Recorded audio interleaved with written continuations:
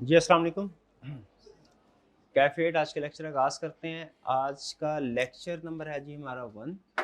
आज का lecture basically orientation lecture होगा। इसमें कुछ सब्जेक्ट से रिलेटेड डिस्कशन करेंगे हम। ख़ास तौर पे पूरे इस सेशन को किस तरीके से मैंने प्लान किया आपके साथ शेयर करूँगा, और कुछ एंड पे हम इस सब्जेक्ट का स्टार्ट भी करेंगे। टेक्निकल कंसेप्ट भी होंगे, कुछ बेसिक कंसेप्ट हम स्टडी करेंगे। ठीक है जी। सबसे पहले मुझे बताइए, क्लास में थोड़ा सा साउंड बढ़ा दीजिएगा। क्लास के एंड पे, फिजिकल क्लास के एंड पे जो भाई बैठे हैं लास्ट बेंच में, आप तक मेरी आवाज़ ठीक आ रही है? ओके, चलिए। और पिक्चर भी क्लियर नज़र आ रहा है? बोर्ड पे क्या लिखा हुआ है? अगर कोई प्रॉब्लम हो तो वो एलसीडीज़ भी लगी हुई हैं, वहाँ से भी आप देख सकते हैं। इसके अलावा मुझे बताइए, हमारी हाइब्रिड क्लासेस, 2 हाइब्रिड क्लासेस हैं। मुझे पहले रूम नंबर 6 के बारे में बताइए, जो हमारी इस फिज़िकल क्लास के बिल्कुल साथ वाला रूम है। फिजिकल क्लास के साथ हाइब्रिड क्लास रूम नंबर 6 है वो। उसमें क्या मेरी आवाज़ ठीक आ रही है? अगर आवाज़ ठीक आ रही है तो एक दफ़ा हाथ उठा दीजिए। हाइब्रिड क्लास, शाबाश। और जो कॉरिडोर में रूम है हमारा, रूम नंबर 4 हाइब्रिड क्लास का, उसमें मेरी आवाज़ ठीक आ रही है तो एक दफ़ा हाथ उठा दीजिए आप लोग भी। चलिए ठीक,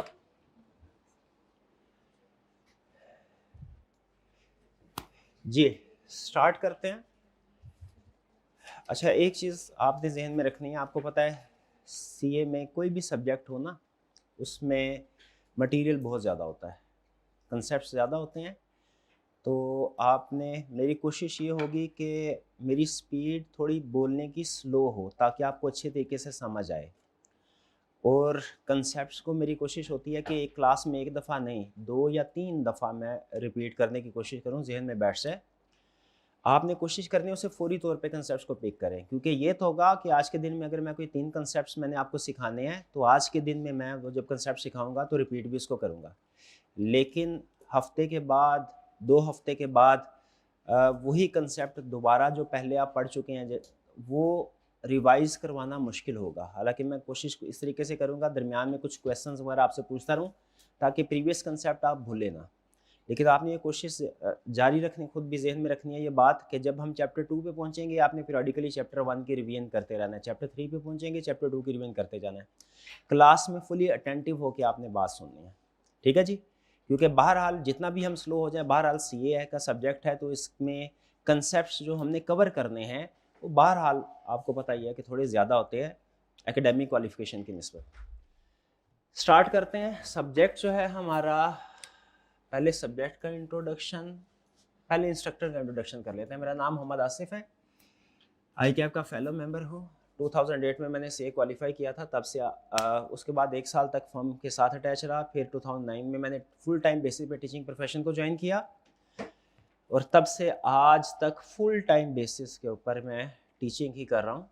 इसमें जो ऑडिट का सब्जेक्ट है, ये मैंने जब टीचिंग स्टार्ट की थी पहले बैच से लेके आज तक कंटिन्यूसली हर बैच में ये सब्जेक्ट पढ़ा रहा हूँ। तकरीबन 17 साल हो गया, लगभग 2008-9 से लगभग 17 साल हो गए। हाँ, सीफैप लेवल पे भी, सीफैप का जो सब्जेक्ट है उस पर भी मैं पढ़ाता हूँ आई कैप का।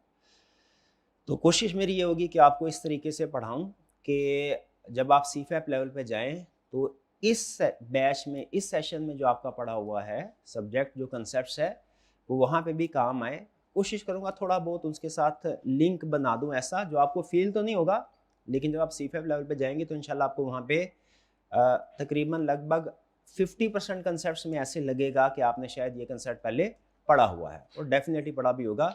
तो आपकी सीफैप लेवल की भी स्ट्रॉन्ग बेस इसी बैच में इंशाल्लाह बन जाएगी।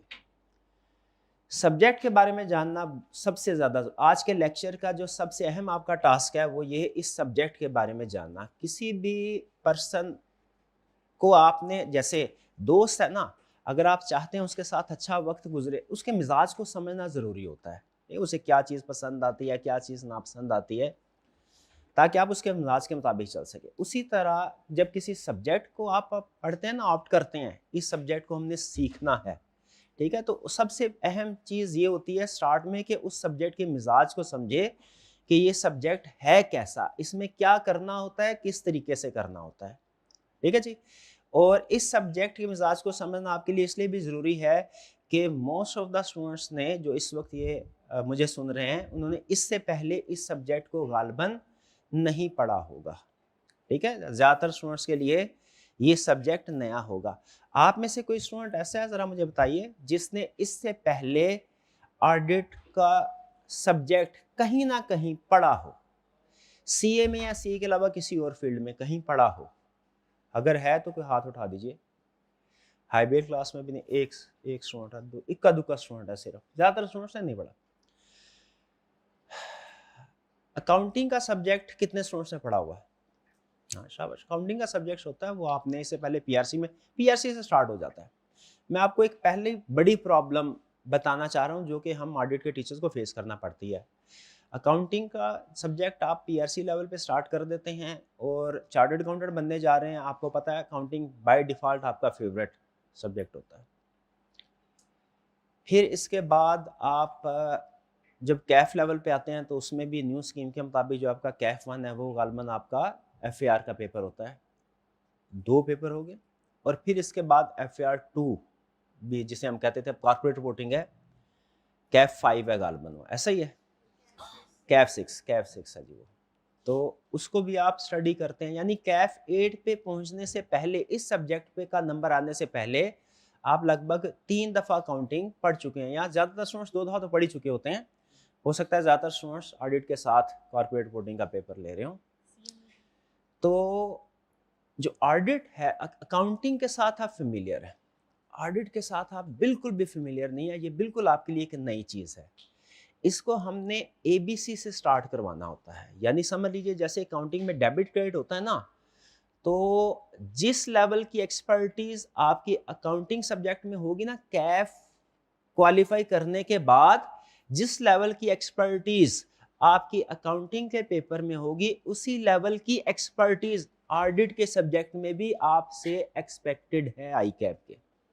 हालांकि मेरे ख्याल में ये गलत है, ये बहुत ज़्यादा ओवरबर्डन हो जाता है स्टूडेंट कि उसको हमने बिल्कुल ज़ीरो से लेके एंड आईएसएस तक, जैसे आप अकाउंटिंग में आईएफआरएस पढ़ते हैं ना, इंटरनेशनल स्टैंडर्ड्स अकाउंटिंग के, उसी तरह ऑडिट में भी स्टैंडर्ड्स होते हैं आईएसएस के। तो आपसे ये भी एक्सपेक्टेड है कि आप उन स्टैंडर्ड्स का नॉलेज आपके पास होगा जब आप ये कोर्स कंप्लीट कर लेंगे। तो प्रॉब्लम ये होती है अकाउंटिंग के, मेरा ये ज़ाती ख्याल है, जो टीचर अकाउंटिंग में कॉर्पोरेट रिपोर्टिंग पढ़ा रहा होगा, उसको अकाउंटिंग में पढ़ाने में, कॉर्पोरेट रिपोर्टिंग में इतनी मुश्किल पेश नहीं आएगी जितनी कि ऑडिट वाले टीचर को पेश आएगी। रीज़न क्या है? रीज़न क्या, ऐसा नहीं है कि कुछ सिलेबस वो आसान है, ज़ाहिर है कॉर्पोरेट रिपोर्टिंग का सिलेबस भी ठीक ठाक है, लेकिन वहाँ पे हेल्प क्या मिल जाती है कि बच्चे की बेस बनी हुई है, रिपोर्टिंग में भी बेस बनी हुई है, जैसे पहले पीआरसी में भी अकाउंटिंग स्ट्रॉन्ग बेस बनी होती है, स्ट्रॉन्ग बेस बनी हो, उसके ऊपर कंसेप्ट्स को ऐड करना आसान होता है। ऑडिट में प्रॉब्लम ये है कि बेस भी हमने इसी कोर्स में बनानी है, और उसके बाद कंसेप्ट्स को भी, जो एडवांस कंसेप्ट्स है उसको भी ऐड ऑन करना है, वो इसी कोर्स में करना है। ठीक है, तो मेरा काम भी थोड़ा सा बढ़ गया और आपका काम भी थोड़ा सा बढ़ गया, लेकिन ऐसा नहीं है कि ये कोई बहुत ही मुश्किल है। ठीक है, स्टिल मॉडरेट मैं इसे कहूँगा, प्रोवाइडेड आप कंसिस्टेंसी के साथ पढ़ते हैं। अहम चीज़ इसमें क्या होगी, आपने डेली स्टडी करना है, इस सब्जेक्ट को हर रोज़ पढ़ना है, कम से कम 2 घंटे, ये चीज़ ध्यान में रखिएगा। ठीक है जी, तो ऑडिट आपके लिए बिल्कुल नया सब्जेक्ट है। हमने यहीं पे ऑडिट का डेबिट क्रेडिट भी पढ़ना है, जैसे अकाउंटिंग का डेबिट क्रेडिट होता है ना, ऑडिट का भी डेबिट क्रेडिट होता है, वो हमने इसी कोर्स में स्टडी करना है, और एडवांस कंसेप्ट्स भी इसी कोर्स में। ठीक है, तो उसके लिए ज़रूरी है डेली आपने कम से कम 2 घंटे पढ़ना है, ये सूल याद रखिएगा। सब्जेक्ट है क्या, सुनिए, ये असल में इसका नंबर भी आपको इसके बारे में कुछ इंफॉर्मेशन दे रहा होता है। ये कैफ लेवल पे इसका नंबर है कैफ 8, अकाउंटिंग है कैफ 6। ठीक है, तो ऑडिट को समझाने के लिए मैं इसको कंपैरिजन करवाऊंगा अकाउंटिंग के साथ, क्योंकि कैफ लेवल सीए में अभी तक आपने जो सब्जेक्ट सबसे ज़्यादा दबा के पढ़ा होगा ना, वो अकाउंटिंग का होगा। ऐसे कंपेयर करते हैं। अकाउंटिंग किसे कहते हैं? अकाउंटिंग है preparation of financial statements in accordance with IFRS. ऐसा ही है जी, अगर मैं सम अप करना चाहूँ अकाउंटिंग क्या है, अकाउंटिंग है आईएफआरएस के मुताबिक फाइनेंशियल स्टेटमेंट्स को प्रिपेयर करना। ठीक है, अब ऑडिट क्या है, ऑडिट को कैसे डिफाइन करेंगे? ऑडिट ये है to verify financial statements in accordance with ISS, यानी जो अकाउंटिंग में क्या करते हैं, फाइनेंशियल स्टेटमेंट्स प्रिपेयर करते हैं, ऑडिट में क्या करते हैं, उस फाइनेंशियल स्टेटमेंट्स को वेरीफाई करते हैं। तो अकाउंटिंग क्या है, preparation of financial statements, audit क्या है, verification of financial statements. Accounting के भी इंटरनेशनल स्टैंडर्ड्स है, वो क्या है, IFRS। ऑडिट के भी इंटरनेशनल स्टैंडर्ड्स है, यानी ऑडिट कैसे करेंगे, हर एक हमारी मर्जी नहीं है कि मेरी मर्जी मैं जैसे मर्जी फाइनेंशियल स्टेटमेंट्स बनाऊं, नहीं नहीं, मुझे फाइनेंशियल स्टेटमेंट IFRS के मुताबिक बनानी है, मेरी मर्जी मैं जैसे मर्जी ऑडिट करूं, नहीं नहीं, ऑडिट करने के लिए भी इंटरनेशनल स्टैंडर्ड्स, उन्हें क्या बोलते हैं, ISA, international standards on auditing. तो बेसिकली ऑडिट क्या है, ऑडिट है वेरिफिकेशन करना। अच्छा, वेरिफिकेशन बहुत सी चीजों की हो सकती है, हमारे सिलेबस की हद तक वेरिफिकेशन किसकी होगी, वेरिफिकेशन ऑफ फाइनेंशियल स्टेटमेंट्स। तो कोई आपसे पूछिए ऑडिट क्या है, आपने क्या कहना है, ऑडिट क्या है, ऑडिट है वेरिफिकेशन ऑफ फाइनेंशियल स्टेटमेंट्स। हालांकि फाइनेंशियल स्टेटमेंट्स के अलावा और भी इंफॉर्मेशन होती है जिसको हम वेरीफाई कर सकते हैं। न्यू एजुकेशन स्कीम में ICAP ने कैफ8 के सिलेबस में कुछ ऐसे इंगेजमेंट्स भी ऐड की हैं जो कि फाइनेंशियल स्टेटमेंट्स के अलावा अदर इंफॉर्मेशन की वेरिफिकेशन है, लेकिन वो एंड वाली बात है, वो तब हम एंड में डिस्कस करेंगे। फिलहाल हमारे लिए ऑडिट क्या है, ऑडिट क्या है, वेरिफिकेशन ऑफ, अकाउंटिंग क्या है, preparation of financial statements, audit क्या है, वेरिफिकेशन ऑफ, यानी हमने ये चेक करना है कि फाइनेंशियल स्टेटमेंट्स ठीक बनी है कि नहीं बनी ऑडिट में, ठीक है जी। अच्छा, ऑडिट के बारे में एक और बात कही जाती है, ये आपको इनकी प्लेसमेंट से भी, जो कैफ लेवल पे सब्जेक्ट्स की प्लेसमेंट ऐसे भी अंदाजा हो रहा होगा। ऑडिट के बारे में ये कहा जाता है कि जहां पे अकाउंटिंग खत्म होती है वहां से ऑडिट स्टार्ट होता है, ठीक है। तो देखें, कैफ 6 पहले, कैफ 8 बाद में, जहां पे आपकी अकाउंटिंग खत्म हो रही है वहां से ऑडिट, और होना भी ऐसे चाहिए, क्योंकि जब फाइनेंशियल स्टेटमेंट्स प्रिपेयर हो जाएंगी तो फिर हम उसके बाद ही उनकी वेरिफिकेशन स्टार्ट कर सकेंगे ना। ऐसा थोड़ी है कि फाइनेंशियल स्टेटमेंट्स बनी नहीं और वेरिफिकेशन शुरू हो जाए, ऐसा तो नहीं है। ये भाईजान जब कोई केस स्टडी करेंगे तो केस स्टडी करने के बाद ही मुझे दिखाया गया ना, सर चेक कर लें। इनका काम क्या है, इनकी रिस्पॉन्सिबिलिटी क्या है, केस स्टडीज अटेम्प्ट करना। मेरी रिस्पॉन्सिबिलिटी क्या है, उसको चेक करके बताना कि इन्होंने केस स्टडी ठीक की है कि नहीं की।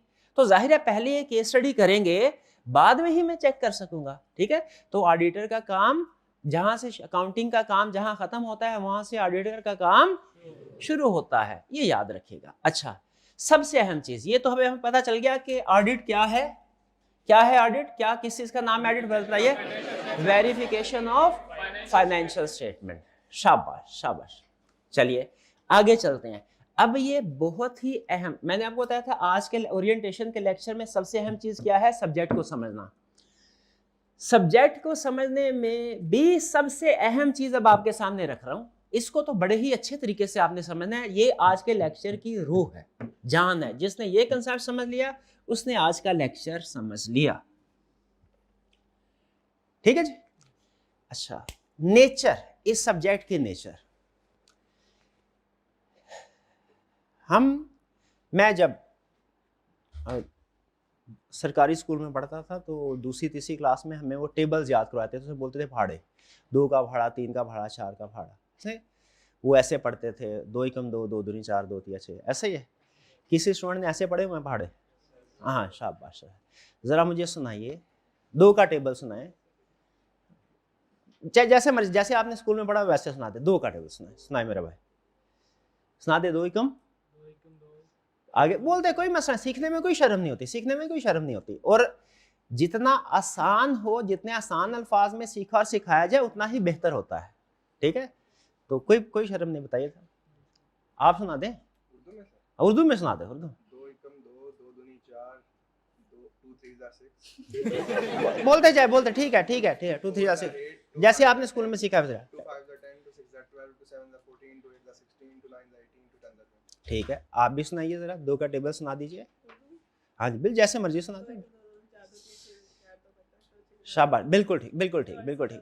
अच्छा, मुझे ये बताइए, इन्होंने भी बोला 2 दूनी 4, इन्होंने बोला 2 दूनी 4, मतलब वो क्या बोलते हैं सर, 2 टाइम्स 2 और 4, जो भी इसको बोलते हैं, ऐसे ही। इन्होंने भी 4 बोला, ठीक बोला कि गलत? ठीक, इन्होंने भी 4 बोला, ठीक बोला कि गलत?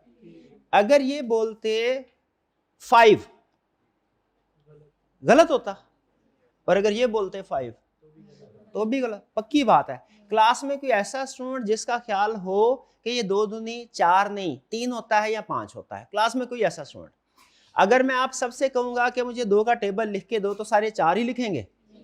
ओके, शाबाश शाबाश, बिल्कुल ठीक। ये बात आपने अब अपने जहन में बिठा दी है। अगली एग्जांपल, जब मैं दूसरी तीसरी क्लास में था तो एक और सब्जेक्ट होता था इंग्लिश का या उर्दू का, ठीक है, उसमें एक, बल्कि उर्दू की एग्जांपल लेते हैं, उसमें एक मजमून होता था मेरा बेहतरीन दोस्त। मेरा दोस्त है, होता है, लिखते होते थे ना ऐसा है, असलम मेरा दोस्त है, वो मेरे घर के करीब रहे, ऐसा ही है ना। ओके चलिए, मेरा भाई बताइए जरा, मेरा बेहतरीन दोस्त, इसके ऊपर जरा कोई मजमून लिख के बताए, हमें 3-4 लाइनें सुना दे। सुना दे, कोई बात नहीं भाई, सुनाए। अगर मैं इनसे कहूं कि ये मुझे सुनाए, तो ये इन भाईजान से भी बोला मैंने ऐसे लिखे मजमून लिखे, कोई इन भाई से भी बोला कि मजमून लिखे, ठीक है जी। इन्होंने लिखा असलम मेरा बेहतरीन दोस्त है, इन्होंने लिखा अकरम मेरा बेहतरीन दोस्त है। इनका असलम था, उनका अकरम है। ये भाई लिखेंगे, ये कहेंगे वहीद मेरा बेहतरीन दोस्त है। ऐसा ही है, बताइए कौन सही है कौन गलत? सारे सही हैं। यहां से मुझे समझ नहीं आ रही। अच्छा, इन्होंने लिखा असलम के वालिद साहब स्कूल टीचर है, इन्होंने कहा असलम के वालिद साहब वकील है, इन्होंने कहा असलम के वालिद साहब कारोबार करते हैं। बताइए कौन ठीक है कौन गलत? तीन नहीं, मुझे ये समझ नहीं आ रही। जब टेबल की बात हो रही थी तो आपने कहा सर 2 दूनी 4 होगा, जिसने जरा भी फर्क आंसर लिखा वो गलत होगा, जिसने 4 लिखा वो ठीक होगा। अभी आपने यही बोला ना, जिसने 4 की बजाय 5 लिखा वो भी गलत, जिसने 4 की बजाय 3 लिखा वो भी गलत। वहां पे तो जरा सा फर्क होता था तो आप कहते थे सर ये गलत हो गया। यहां पे भी तो डिफरेंस आ रहा है, नाम में फर्क आ रहा है, वालिद साहब के प्रोफेशन में फर्क आ रहा है, और भी कुछ चीजों में फर्क आ जाएगा, और आप कह रहे हैं कि वो ठीक है। क्यों, ऐसा क्यों है? इधर तो इधर भी आंसर फर्क है, डिफरेंट स्टूडेंट्स का आंसर फर्क है, इधर आप कह रहे हैं सर सबका तीनों का ठीक है। वो मैथ वाले क्वेश्चन जब मैं आपसे पूछा था उसमें आपने कहा सर आंसर अगर फर्क होगा सबका सेम होना जरूरी है, अगर फर्क होगा तो गलत होगा। क्यों? ये सब्जेक्ट की नेचर ऐसी है, मैथ के रूल सबके लिए सेम है, उनमें आप जरा सा भी चेंज करेंगे आप गलत हो जाएंगे, ठीक है। लेकिन कुछ सब्जेक्ट्स ऐसे होते हैं जिनमें सबका कंटेंट सेम नहीं होता, डिफरेंट होता है, बल्कि अक्सर डिफरेंट होता है, होना भी चाहिए, होना भी। ऐसा ही है ना। बताना मैं ये चाह रहा हूं, आपने बेतहाशा अभी तक अकाउंटिंग की होगी और मैंने यही कंसेप्ट आपका हिलाना है आज। अकाउंटिंग बेतहाशा कर करके आपका माइंडसेट क्या बन चुका है? आपका माइंडसेट ये बन चुका है कि जो किताब में लिखा हुआ है, जो सॉल्यूशन में लिखा हुआ है, हमारा आंसर वही आएगा तो इसका मतलब है ठीक है, और अगर उससे जरा भी डिफरेंट हुआ तो इसका मतलब है आंसर गलत है। ये आप काउंटिंग कर करके ना हर सेशन में ये बात बहुत पक्के तरीके से आपके जहन में बैठ चुकी है। लेकिन बताना ये चाह रहा हूं इस सब्जेक्ट में ये रूल अप्लाई नहीं होगा। इस सब्जेक्ट के अंदर जो आपका आंसर जो आप अटेम्प्ट करेंगे अक्सर डिफरेंट होगा। तो आपने ये नहीं कहना सर ये जो मेरा आंसर है ये आपके वाले सॉल्यूशन से डिफरेंट है, सर मुझे बड़ी परेशानी है, सर ये मेरा सॉल्यूशन आपके सॉल्यूशन से मैच नहीं हो रहा। भाई मेरे सॉल्यूशन से मैच होना तो दूर की बात है, आपका सॉल्यूशन आपके साथ आपके दोस्त के सॉल्यूशन से मैच नहीं होगा। क्यों मैच नहीं होगा? सब्जेक्ट की नेचर डिफरेंट है। ये काउंटिंग की तरह सब्जेक्ट नहीं है 2 दूनी 4 हमेशा 4 आएगा, जिसका 3 आया वो भी गलत, जिसका 5 आया वो भी गलत। ये काउंटिंग नहीं है, काउंटिंग में ऐसा होता है, ऑडिट में ऐसा नहीं होता। ऑडिट में आपका अक्सर केस स्टडी के अंदर आंसर डिफरेंट आएगा, डिफरेंट। इवन मैं अभी भी कोई क्वेश्चन करता हूं ना, सेम क्वेश्चन, अब ये फैक्ट बता रहा हूं, सुबह करूंगा ना सॉल्यूशन कुछ और होगा, शाम में करूंगा सॉल्यूशन मेरा कुछ और होगा, सेम क्वेश्चन सेम क्वेश्चन। बाज़ औक़ात मेरे साथ भी ऐसे होता है। तो जब मेरा सॉल्यूशन एक मेरे सॉल्यूशन के साथ ही दूसरे टाइम में के साथ मैच नहीं करेगा तो आपका कैसे कर सकता है? ये सूल याद रखिएगा, अल्फाज मैच नहीं होने चाहिए, हाँ कंसेप्ट मैच होने चाहिए। अल्फाज मैच, यहां पे अल्फाज अकाउंटिंग में एक एक नंबर आपका मैच होता है और रूल ये है नंबर मैच हुआ तो आंसर ठीक, नंबर मैच नहीं हुआ तो आंसर गलत। ऑडिट में ऐसा नहीं होगा, कंसेप्ट मैच करने हैं। अल्फाज मैच नहीं करने कभी भी नहीं होंगे, अभी बता रहा हूं। पूरे सेशन में सबसे ज्यादा स्टूडेंट इस बात से परेशान होते हैं, सर हमारा सोल्यूशन जो है वो जैसी सोल्यूशन से मैच नहीं करता। आपने याद रखिए क्या मैच करना है, क्या मैच नहीं करना, ये सुन लीजिए। अल्फाज मैच नहीं करने, कंसेप्ट मैच करना है, कंसेप्ट मैच करना है, अल्फाज मैच नहीं। ये बात समझ आ गई? ठीक है, हालांकि छोटी सी बात थी लेकिन थोड़ा एक्सप्लेन करके आपके सामने इसलिए रखी है कि अच्छे तरीके से ज़हन में बैठ जाए। ऑडिट अकाउंटिंग नहीं है, इसमें अकाउंटिंग वाला रूल नहीं लगेगा। आपके अक्सर सॉल्यूशंस जैसे सॉल्यूशन से डिफरेंट होंगे, आपने परेशान नहीं होना।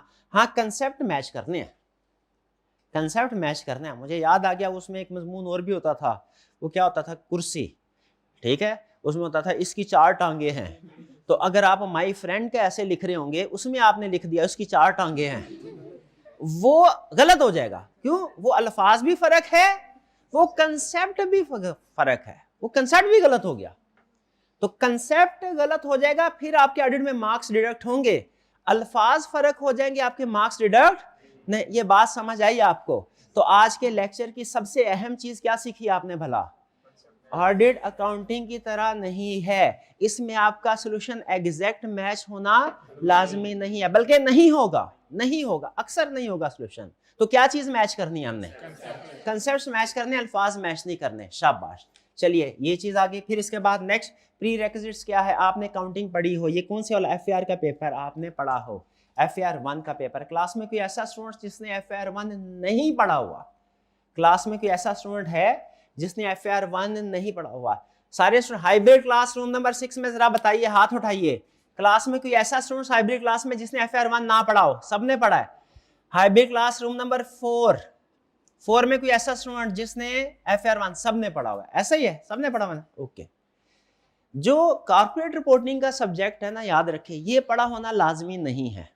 सिर्फ आपने FAR 1 पढ़ा है, ऑडिट पढ़ने के लिए काफी है। ऑडिट पढ़ने के लिए जो कंसेप्ट जरूरी होते हैं वो FAR 1 तक आ जाते हैं आपको। ठीक है, कॉर्पोरेट रिपोर्टिंग अगर आपने नहीं पढ़ा हुआ है कोई बात नहीं, 2-3 कंसेप्ट में हेल्प हो जाएगी। नहीं पढ़ा हुआ कोई इशू नहीं है।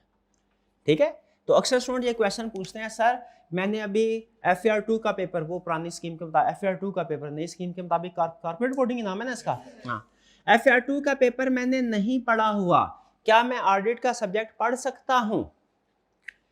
ये क्वेश्चन गलत है। ठीक है, ये क्वेश्चन पढ़ सकते, इसका 1 वर्ड आंसर ये है, पढ़ सकते हैं। लेकिन याद रखिएगा हमारे ऑडिट में 2 सब्जेक्ट्स के कंसेप्ट्स इंक्लूड होते हैं ऑडिट के अलावा, एक अकाउंटिंग और एक कंपनी लॉ। ठीक है, वो जो बिजनेस लॉ बन गया, कंपनी लॉ और अकाउंटिंग, ये 2 कंसेप्ट इंक्लूड होते हैं ऑडिट के अलावा। तो आपने जब कभी पूछना होता है ना, तो सवाल ये नहीं होना चाहिए, सर मैंने कंपनी लॉ नहीं पढ़ा हुआ, मैंने अकाउंटिंग नहीं पढ़ी, फॉर एग्जांपल FAR नहीं पढ़ी हुई, FAR 2 नहीं पढ़ी, क्या मैं ऑडिट का पेपर उठा सकता हूं, मैं इसको सिलेक्ट कर सकता? सवाल ये नहीं है। सवाल असल में क्या होना चाहिए? सवाल ये होना चाहिए कि सर ऑडिट के पेपर में अकाउंटिंग और लॉ के कंसेप्ट्स भी यूज होते हैं, क्या आप वो कंसेप्ट्स ऑडिट में पढ़ाएंगे? सवाल क्या है, उस्ताद से सवाल क्या पूछना है, सर ऑडिट में अकाउंटिंग के कंसेप्ट्स भी टेस्ट होते हैं, लॉ के कंसेप्ट्स भी टेस्ट होते हैं, क्या वो कंसेप्ट्स जो दूसरे सब्जेक्ट्स के हैं क्या ऑडिट में लेकिन इस्तेमाल होते हैं डायरेक्ट, क्या वो पढ़ाएंगे? अगर टीचर कहें हाँ पढ़ाऊंगा, तो इसका मतलब है बेफिक्र हो कि आप ऑडिट का सब्जेक्ट उठा सकते हैं।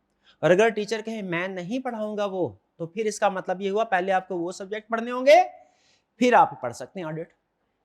तो ऑडिट में कॉर्पोरेट रिपोर्टिंग के भी 2-3 टॉपिक्स ऐसे हैं जो कि इंक्लूडेड हैं, लेकिन मैं उसके बावजूद आपको कह रहा हूं, क्या कह रहा हूं, कि कॉर्पोरेट रिपोर्टिंग पढ़ना जरूरी नहीं है। क्यों जरूरी नहीं है? क्योंकि वो कंसेप्ट्स आपको क्लास में मैं खुद कवर कराऊंगा, वो मेरी जिम्मेदारी में आ जाते हैं। ठीक है, जो कंसेप्ट्स दूसरे सब्जेक्ट्स के हैं लेकिन इस सब्जेक्ट में टेस्ट हो रहे हैं, तो याद रखिए क्या वो सब्जेक्ट के टीचर की जिम्मेदारी बनती है कि नहीं बनती पढ़ाना? बिल्कुल बनती है, क्योंकि अक्सर स्टूडेंट्स ने यहाँ तो पढ़े नहीं होंगे, पढ़े होंगे तो भूल चुके होंगे। ठीक है, इसलिए कॉर्पोरेट रिपोर्टिंग ना भी पढ़ी हो प्रॉब्लम कोई नहीं है। ठीक, लेकिन FAR 1 पढ़ा हो तो वो जरूरी है, और वो आपने पढ़ा हो। आगे चलते हैं नेक्स्ट। डिफिकल्टी लेवल क्या है? ये मैंने आपको बता दिया, डिफिकल्टी लेवल है मॉडरेट। मॉडरेट का मतलब क्या है? इसमें सिलेबस लेंथी है, कंसेप्ट्स बहुत ज़्यादा हैं, और इस दफ़ा ICAP ने मजीद कुछ कंसेप्ट्स ऐड कर दिए न्यू एजुकेशन स्कीम में। कंसेप्ट्स की तादाद ज़्यादा है, और जैसे मैंने बताया बेस 0 है, यानी आपको ABC से स्टार्ट करना पड़ता है बिल्कुल हमें, ठीक है। कोई हेल्प नहीं मिलेगी, मुझे खुद आपको डेबिट क्रेडिट भी सिखाना पड़ेगा ऑडिट का, और फिर उसके बाद एडवांस लेवल पे भी लेके चलना पड़ेगा। प्रॉब्लम कोई नहीं है, सिर्फ एक चीज़, क्या सिलेबस लेंथी हो जाता है, आपने डेली पढ़ना है, तो डेली पढ़ेंगे जी, पक्की बात है। आगे चलते हैं नेक्स्ट। पासिंग परसेंटेज लगभग पिछले अगर 10 सालों की एवरेज निकाली जाए, सब्जेक्ट की एवरेज है 33%, और ये एवरेज जो अकाउंटिंग के पेपर होते हैं ना आपके, जैसे मैनेजमेंट अकाउंटिंग है, जैसे कॉर्पोरेट रिपोर्टिंग है, उससे कम है। कम होने की रीज़न क्या है? रीज़न ये नहीं है कि ये सब्जेक्ट्स डिफ़िकल्ट है, रीज़न ये है इस सब्जेक्ट का स्टूडेंट्स नॉर्मली मिजाज अच्छे तरीके से नहीं समझ पाते, और इसकी प्रैक्टिस करने में प्रॉब्लम होती है। अभी तो सेशन का आगाज़ है ना, आप बड़े कमिटेड है, मोटिवेटेड है, आप कहते हैं सर आप हमसे आज चाहे 4 घंटे रोज़ पढ़ने का भी वादा करवा लें, हम तैयार हैं, ठीक है, ऐसे ही होता है। लेकिन जब आगे रूटीन में आपको असाइनमेंट्स मिलेगी, असल आपका टेस्ट तब होगा कि आप वो 2 घंटे वाली कमिटमेंट पूरी कर पाते हैं कि नहीं कर पाते। अक्सर ऐसा होता है, अकाउंटिंग हमारा फेवरेट टॉपिक, फेवरेट सब्जेक्ट होता है, हम उसको बेतहाशा पढ़ते हैं, वो ऑटोमेटिकली दिल करता है, ठीक है। एक चीज़ हो, क्वेश्चन किया बोरिंग कॉस्ट का, वो आंसर टैली हो गया, अच्छा शाबाश, वो एक आंसर का सही हो जाना ना, वो हमें फ्यूल प्रोवाइड कर देता है अगला क्वेश्चन करने के लिए, हम मोटिवेटेड हो जाते हैं, ऑटोमेटिकली दिल करता है अगला क्वेश्चन भी करें, दूसरा क्वेश्चन भी ठीक हुआ, तीसरा क्वेश्चन भी करें। ऑडिट में क्या होता है, एक तो वैसे थ्योरी करते हुए जान जाती है, ठीक है। मैं भी जब स्टूडेंट था ना, तो लिखना जो होता है ना, ये ऐसे वगैरह लिखना मुझे बड़ा मुश्किल काम लगता था, मेरी अपनी जान जाती है, लेकिन फिर भी मजबूरी कुछ ना कुछ काम करना पड़ता है। तो एक तो आपको अपने आप को तैयार करना मुश्किल होगा कि मैंने ये केस स्टडीज को अटेम्प्ट करना है, और अगर कर भी लिया आपने तैयार, तो फिर इसके बाद जब केस स्टडी को सॉल्व करते हैं, सोल्यूशन के साथ कंपेयर करते हैं, उधर कुछ और लिखा होता है, आपने कुछ और लिखा होता है, आप कहते हैं नहीं नहीं नहीं, ये तो पता नहीं क्या लिखा है, कल सर से पूछेंगे कि ये डिफरेंस क्यों है, इसको छोड़ते हैं, दूसरा कोई काम करते हैं। ये दो बड़ी रीजन होगी, एक थ्योरेटिकल पेपर के क्वेश्चन को सॉल्व करना, ये अपने आप को थोड़ा तैयार करना पड़ता है, समझाना पड़ता है कि मैंने ये काम करना है, खुद से दिल नहीं करता, काउंटिंग का क्वेश्चन करने को खुद से दिल करता है, ऑडिट में खुद से दिल नहीं करता समझाना। और फिर खास तौर पे जब आप क्वेश्चन एक दो अटेम्प्ट करते हैं, सोल्यूशन मैच नहीं करते, तो आप डिसऑर्ट हो जाते हैं, आपने उससे डिसऑर्ट नहीं होना। कंसेप्ट्स मैच करने, मैंने आपको बताया, अल्फाज मैच नहीं करने, और अगर मैच नहीं हो रहे कोई प्रॉब्लम नहीं है, ठीक है जी, उसको पढ़े सीखें, मैच कंसेप्ट्स हो गए, ओके, आगे मूव करना है। तो आपने डेली प्रैक्टिस को नहीं छोड़ना।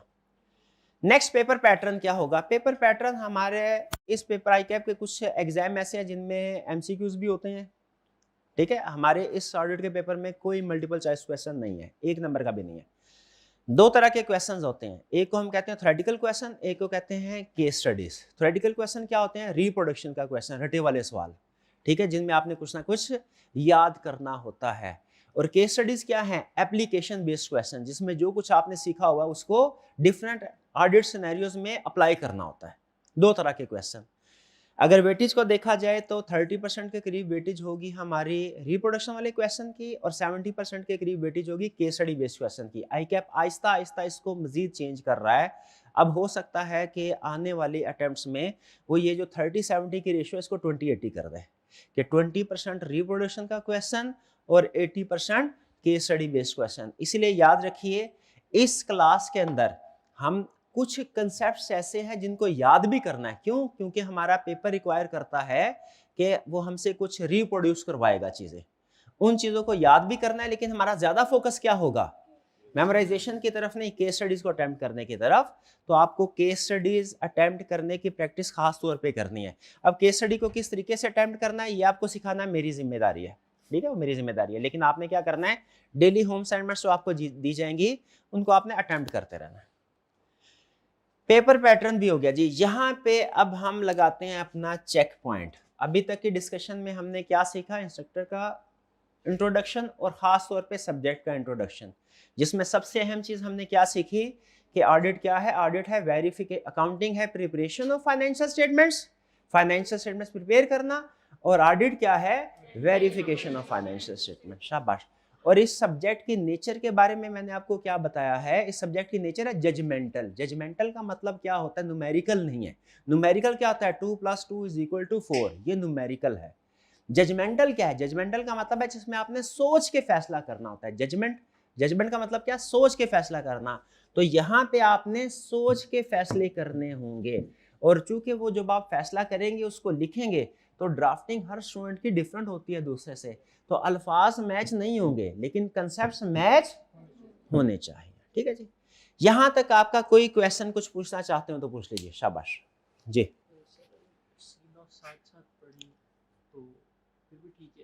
सीला वो कह रहे हैं कि सर कंपनी ला अगर साथ साथ पढ़े तो फिर भी ठीक है, भाई ना भी पढ़े तो फिर भी ठीक है।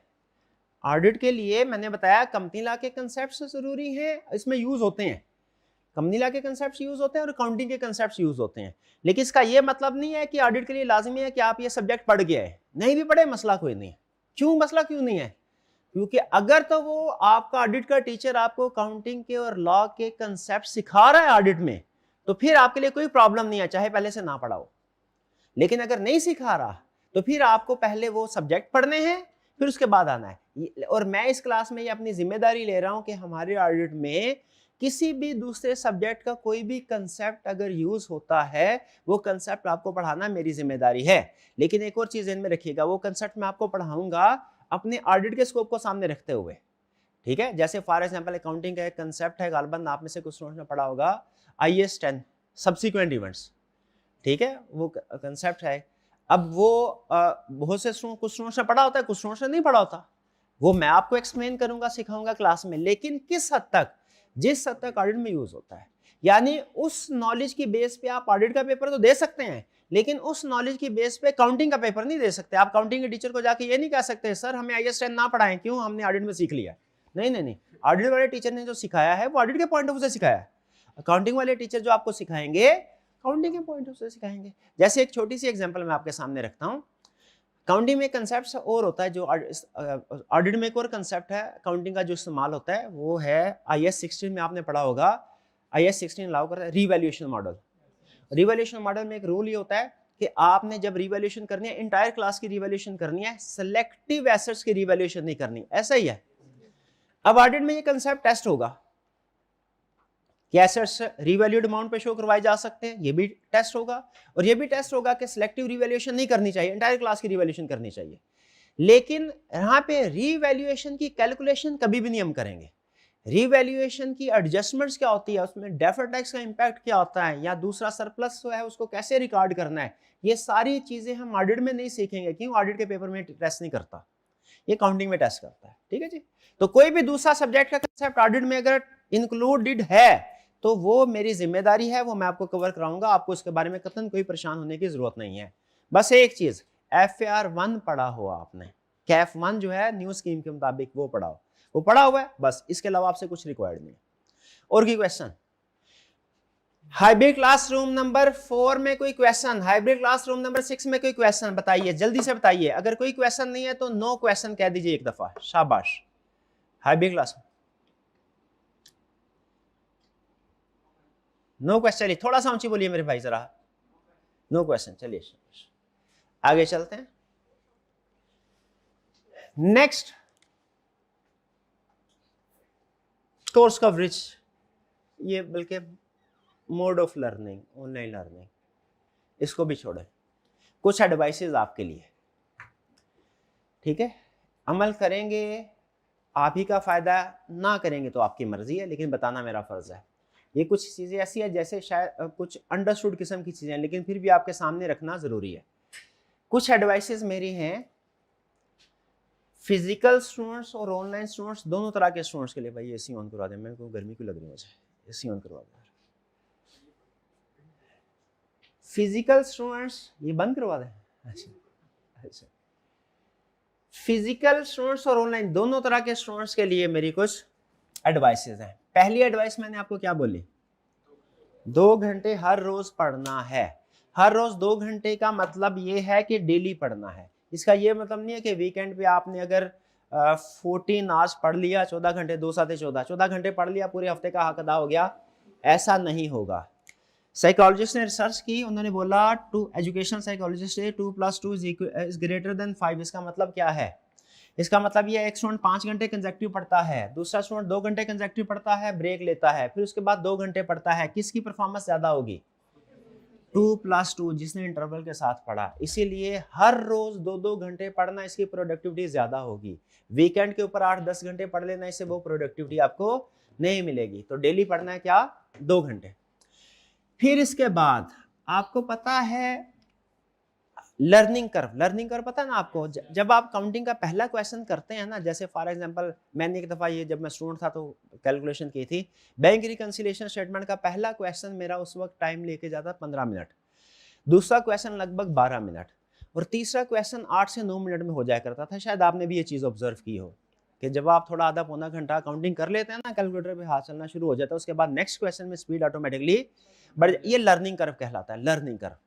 लर्निंग कर्व से फायदा तो होता है, एफिशिएंसी बढ़ती है, लेकिन लर्निंग कर्व को किल कर देती है डिस्ट्रैक्शन। अगर आपने पहला क्वेश्चन किया है ना 15 मिनट में, दूसरा क्वेश्चन करने लगे हैं, बेल हुई, आप उठ के गए दरवाजे पे, देखा कौन है, उसके बाद दरवाजा बंद किया, वापस आए, आपका लर्निंग कर्व 0 से स्टार्ट होगा। डिस्ट्रैक्शन की वजह से आप डिस्टर्बेंस होगी, दोबारा उस जगह पे आने के लिए आपको 3-4 मिनट चाहिए। ऐसे ही होता है ना, सोच जो है वो डाइवर्ट हो जाती है। दुनिया में सबसे बड़ी डिस्ट्रैक्टिंग डिवाइस है मोबाइल। जब कभी आपने स्टडीज करनी है, मोबाइल आप नहीं छोड़ सकेंगे, वो मुझे मैं छोड़ने को कह भी नहीं रहा। मैं सिर्फ ये कह रहा हूं, जब आप पढ़ रहे हो उस वक्त आपको मोबाइल को इस्तेमाल नहीं करना, ठीक है। अपने सामने भी नहीं रखना, इसको साइलेंट कीजिए और बैग में रखें किसी ऐसी जगह जहां पे ये आपको नजर ना आए, ठीक है। अगर आप इसको साइलेंट तो कर दिया लेकिन सामने रखा, थोड़ी देर बाद मैसेज आएगा, ठीक है, स्क्रीन के सामने डिस्प्ले आएगा, आपकी ऑटोमेटिकली नजर उसकी तरफ जाएगी। तो जब कभी स्टडी करनी है, आपने रूल क्या है, मोबाइल को ऑफ ना भी करें, साइलेंट करें, और अपनी नजरों से दूर रखना है। मोबाइल को क्या करना है, साइलेंट करें और नजरों से, ताकि आपका जो लर्निंग कर्व बन रहा है ना वो डिस्टर्ब ना हो, ठीक है। फिर इसके बाद कोशिश करें, ये जो सब्जेक्ट है ना हमारा, ये रिकमेंडेशन है, लाजमी नहीं है, ये मॉर्निंग टाइम में पढ़ें। मॉर्निंग टाइम में हम फ्रेश होते हैं, ठीक है। इवनिंग टाइम में हम एग्जॉस्ट हुए होते हैं, ठीक है। ये मैं अपने पर्सनल एक्सपीरियंस की बेस पे कह रहा हूँ। इवनिंग में मैं अकाउंटिंग जो होता है ना, अकाउंटिंग वाले सब्जेक्ट्स, वो मैंने इवनिंग में रखे होते थे, क्योंकि जब आप एग्जॉस्ट होते हैं, थके होते हैं, तो उस टाइम में काउंटिंग चल जाती है, कैलकुलेशंस होती हैं, चल जाती है। लेकिन ऐसा सब्जेक्ट जिसको आपने पढ़ना हो, उसको समझना है, उस पर गौर करना है, उसके लिए फ्रेश माइंड चाहिए होता है, ठीक है। तो शाम में अगर वही चीज़ मैं पढ़ूँ, मुझे 1 घंटा लगता है, मॉर्निंग में वही चीज़ पढ़ूँ, वो 35-40 मिनट में मेरी क्लियर हो जाती है। तो मेरी सजेशन ये है कि जब कभी ऑडिट पढ़े, उस वक्त स्टडी करें जब आपका माइंड फ्रेश हो। अमूमी तौर पे मॉर्निंग में होता है, लेकिन जो भी आपको टाइम सूट करे, लाजमी नहीं है, आप उस वक्त इस सब्जेक्ट को पढ़ सकते हैं। फिर सबसे अहम चीज, सिलेक्टिव स्टडी नहीं करनी। सिलेक्टिव स्टडी आपको पता है पूरे सीए में कहीं पे भी आपको चॉइस नहीं मिलती, आपने ये चीज नोट की है, ठीक है भाई। यूनिवर्सिटी वगैरह के पेपर देखें ना, उसमें आप देखें वो 8 में से 5 सवाल करे, 10 में से 5 सवाल, ऐसे होता है। सिलेक्टिव स्टडी होती है। सिलेक्टिव स्टडी को आई कैप डिस्कस, जहां कहीं ऑप्शंस होते हैं ना, याद रखें 6 में से 5 सवाल करने हैं। अगर ये भी होगा ना, एक क्वेश्चन की भी ऑप्शन होगी ना, ऑप्शंस हमेशा सिलेक्टिव स्टडी को इंकरेज करती है। आई कैप सिलेक्टिव स्टडी आपसे नहीं करवाता, बल्कि आई कैप बाज़ औक़ात चुन चुन के ऐसे कंसेप्ट्स उसे अपने वर्किंग किए होते हैं, अंदाजा होता है स्टूडेंट्स कौन कौन से कंसेप्ट्स किस सब्जेक्ट में छोड़ के जाता है। आई कैप इंटेंशनली उन कंसेप्ट्स को टेस्ट करता है जो अक्सर स्टूडेंट्स छोड़ के जाते हैं। तो सिलेक्टिव स्टडी आपने नहीं करनी, ठीक है। हमेशा सारे सब्जेक्ट्स, सारे जो हमारे चैप्टर्स होंगे उनको स्टडी करना है।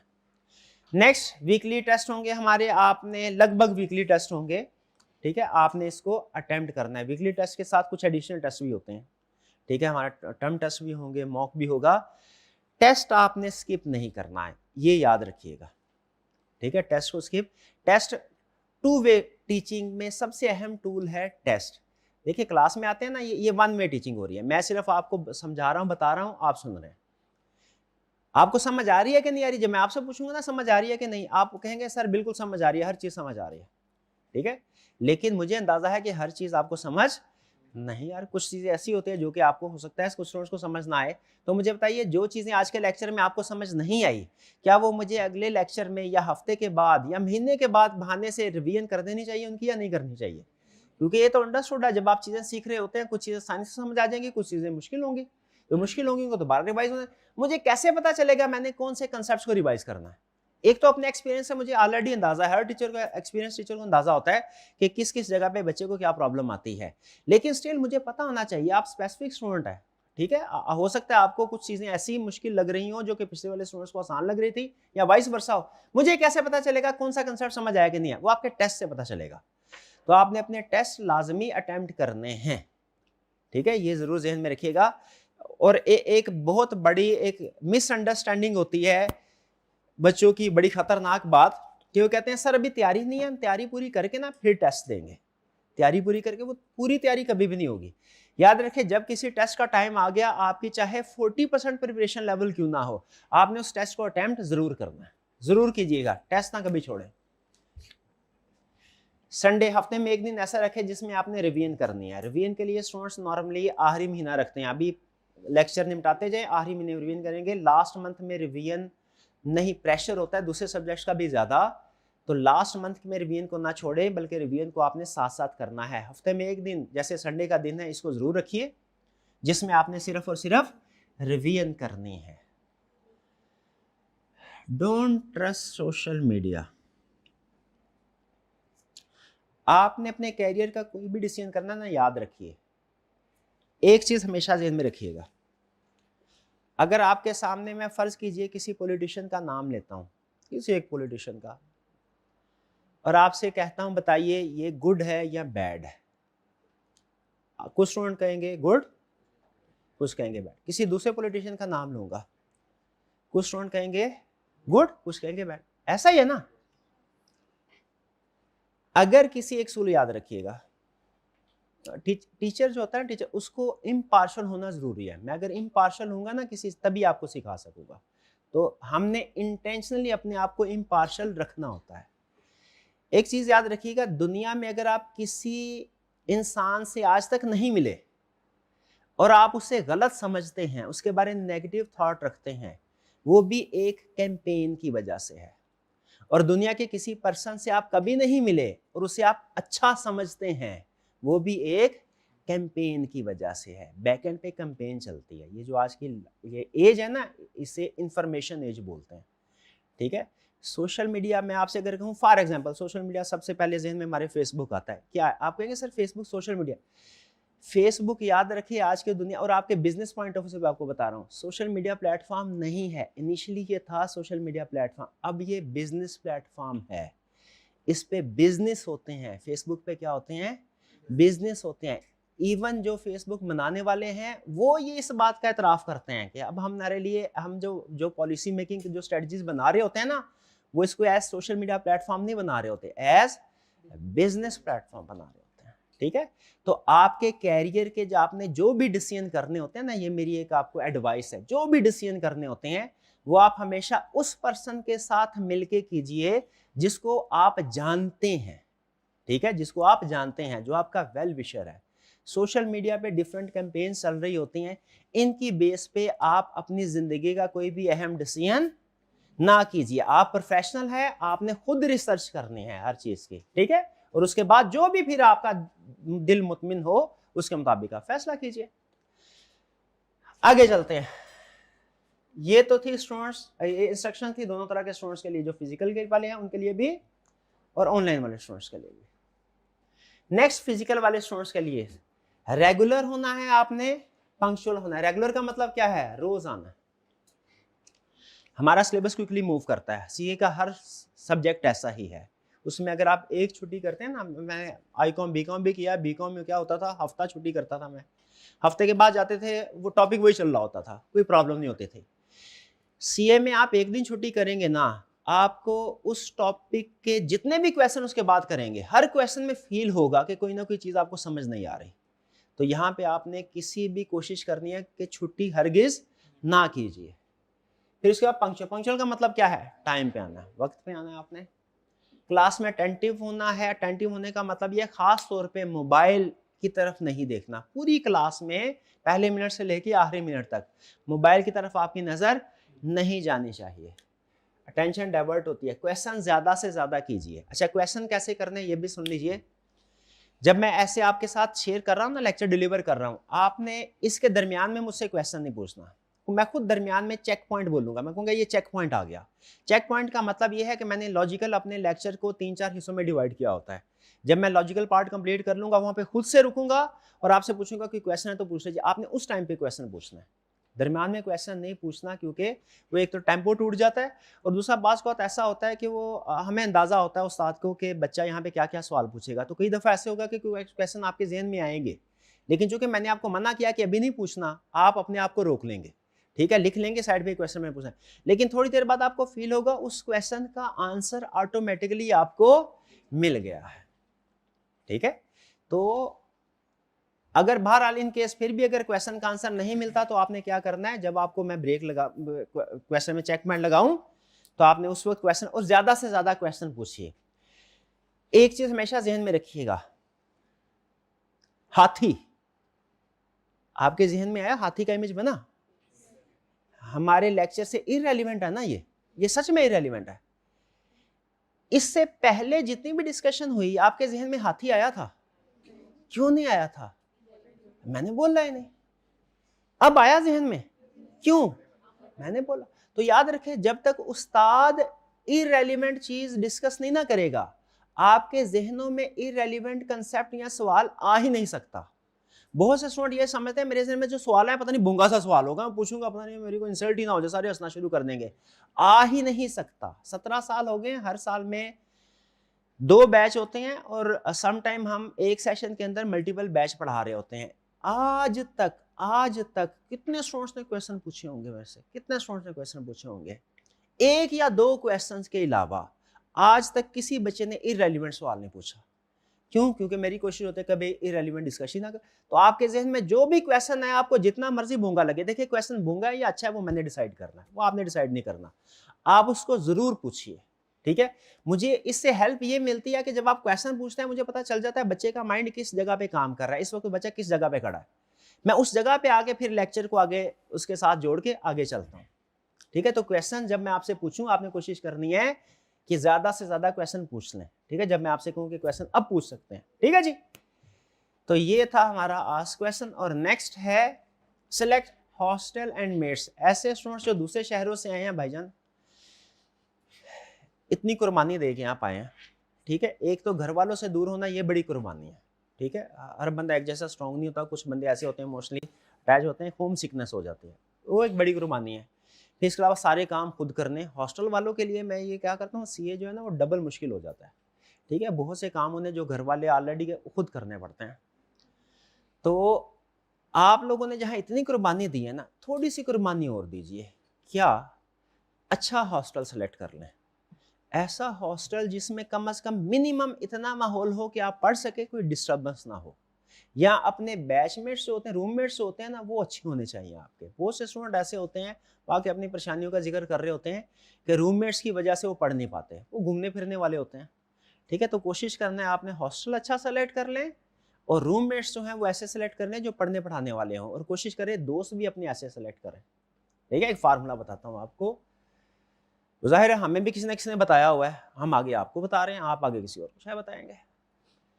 अगर आप टीचर बनना चाहते हैं जिंदगी में,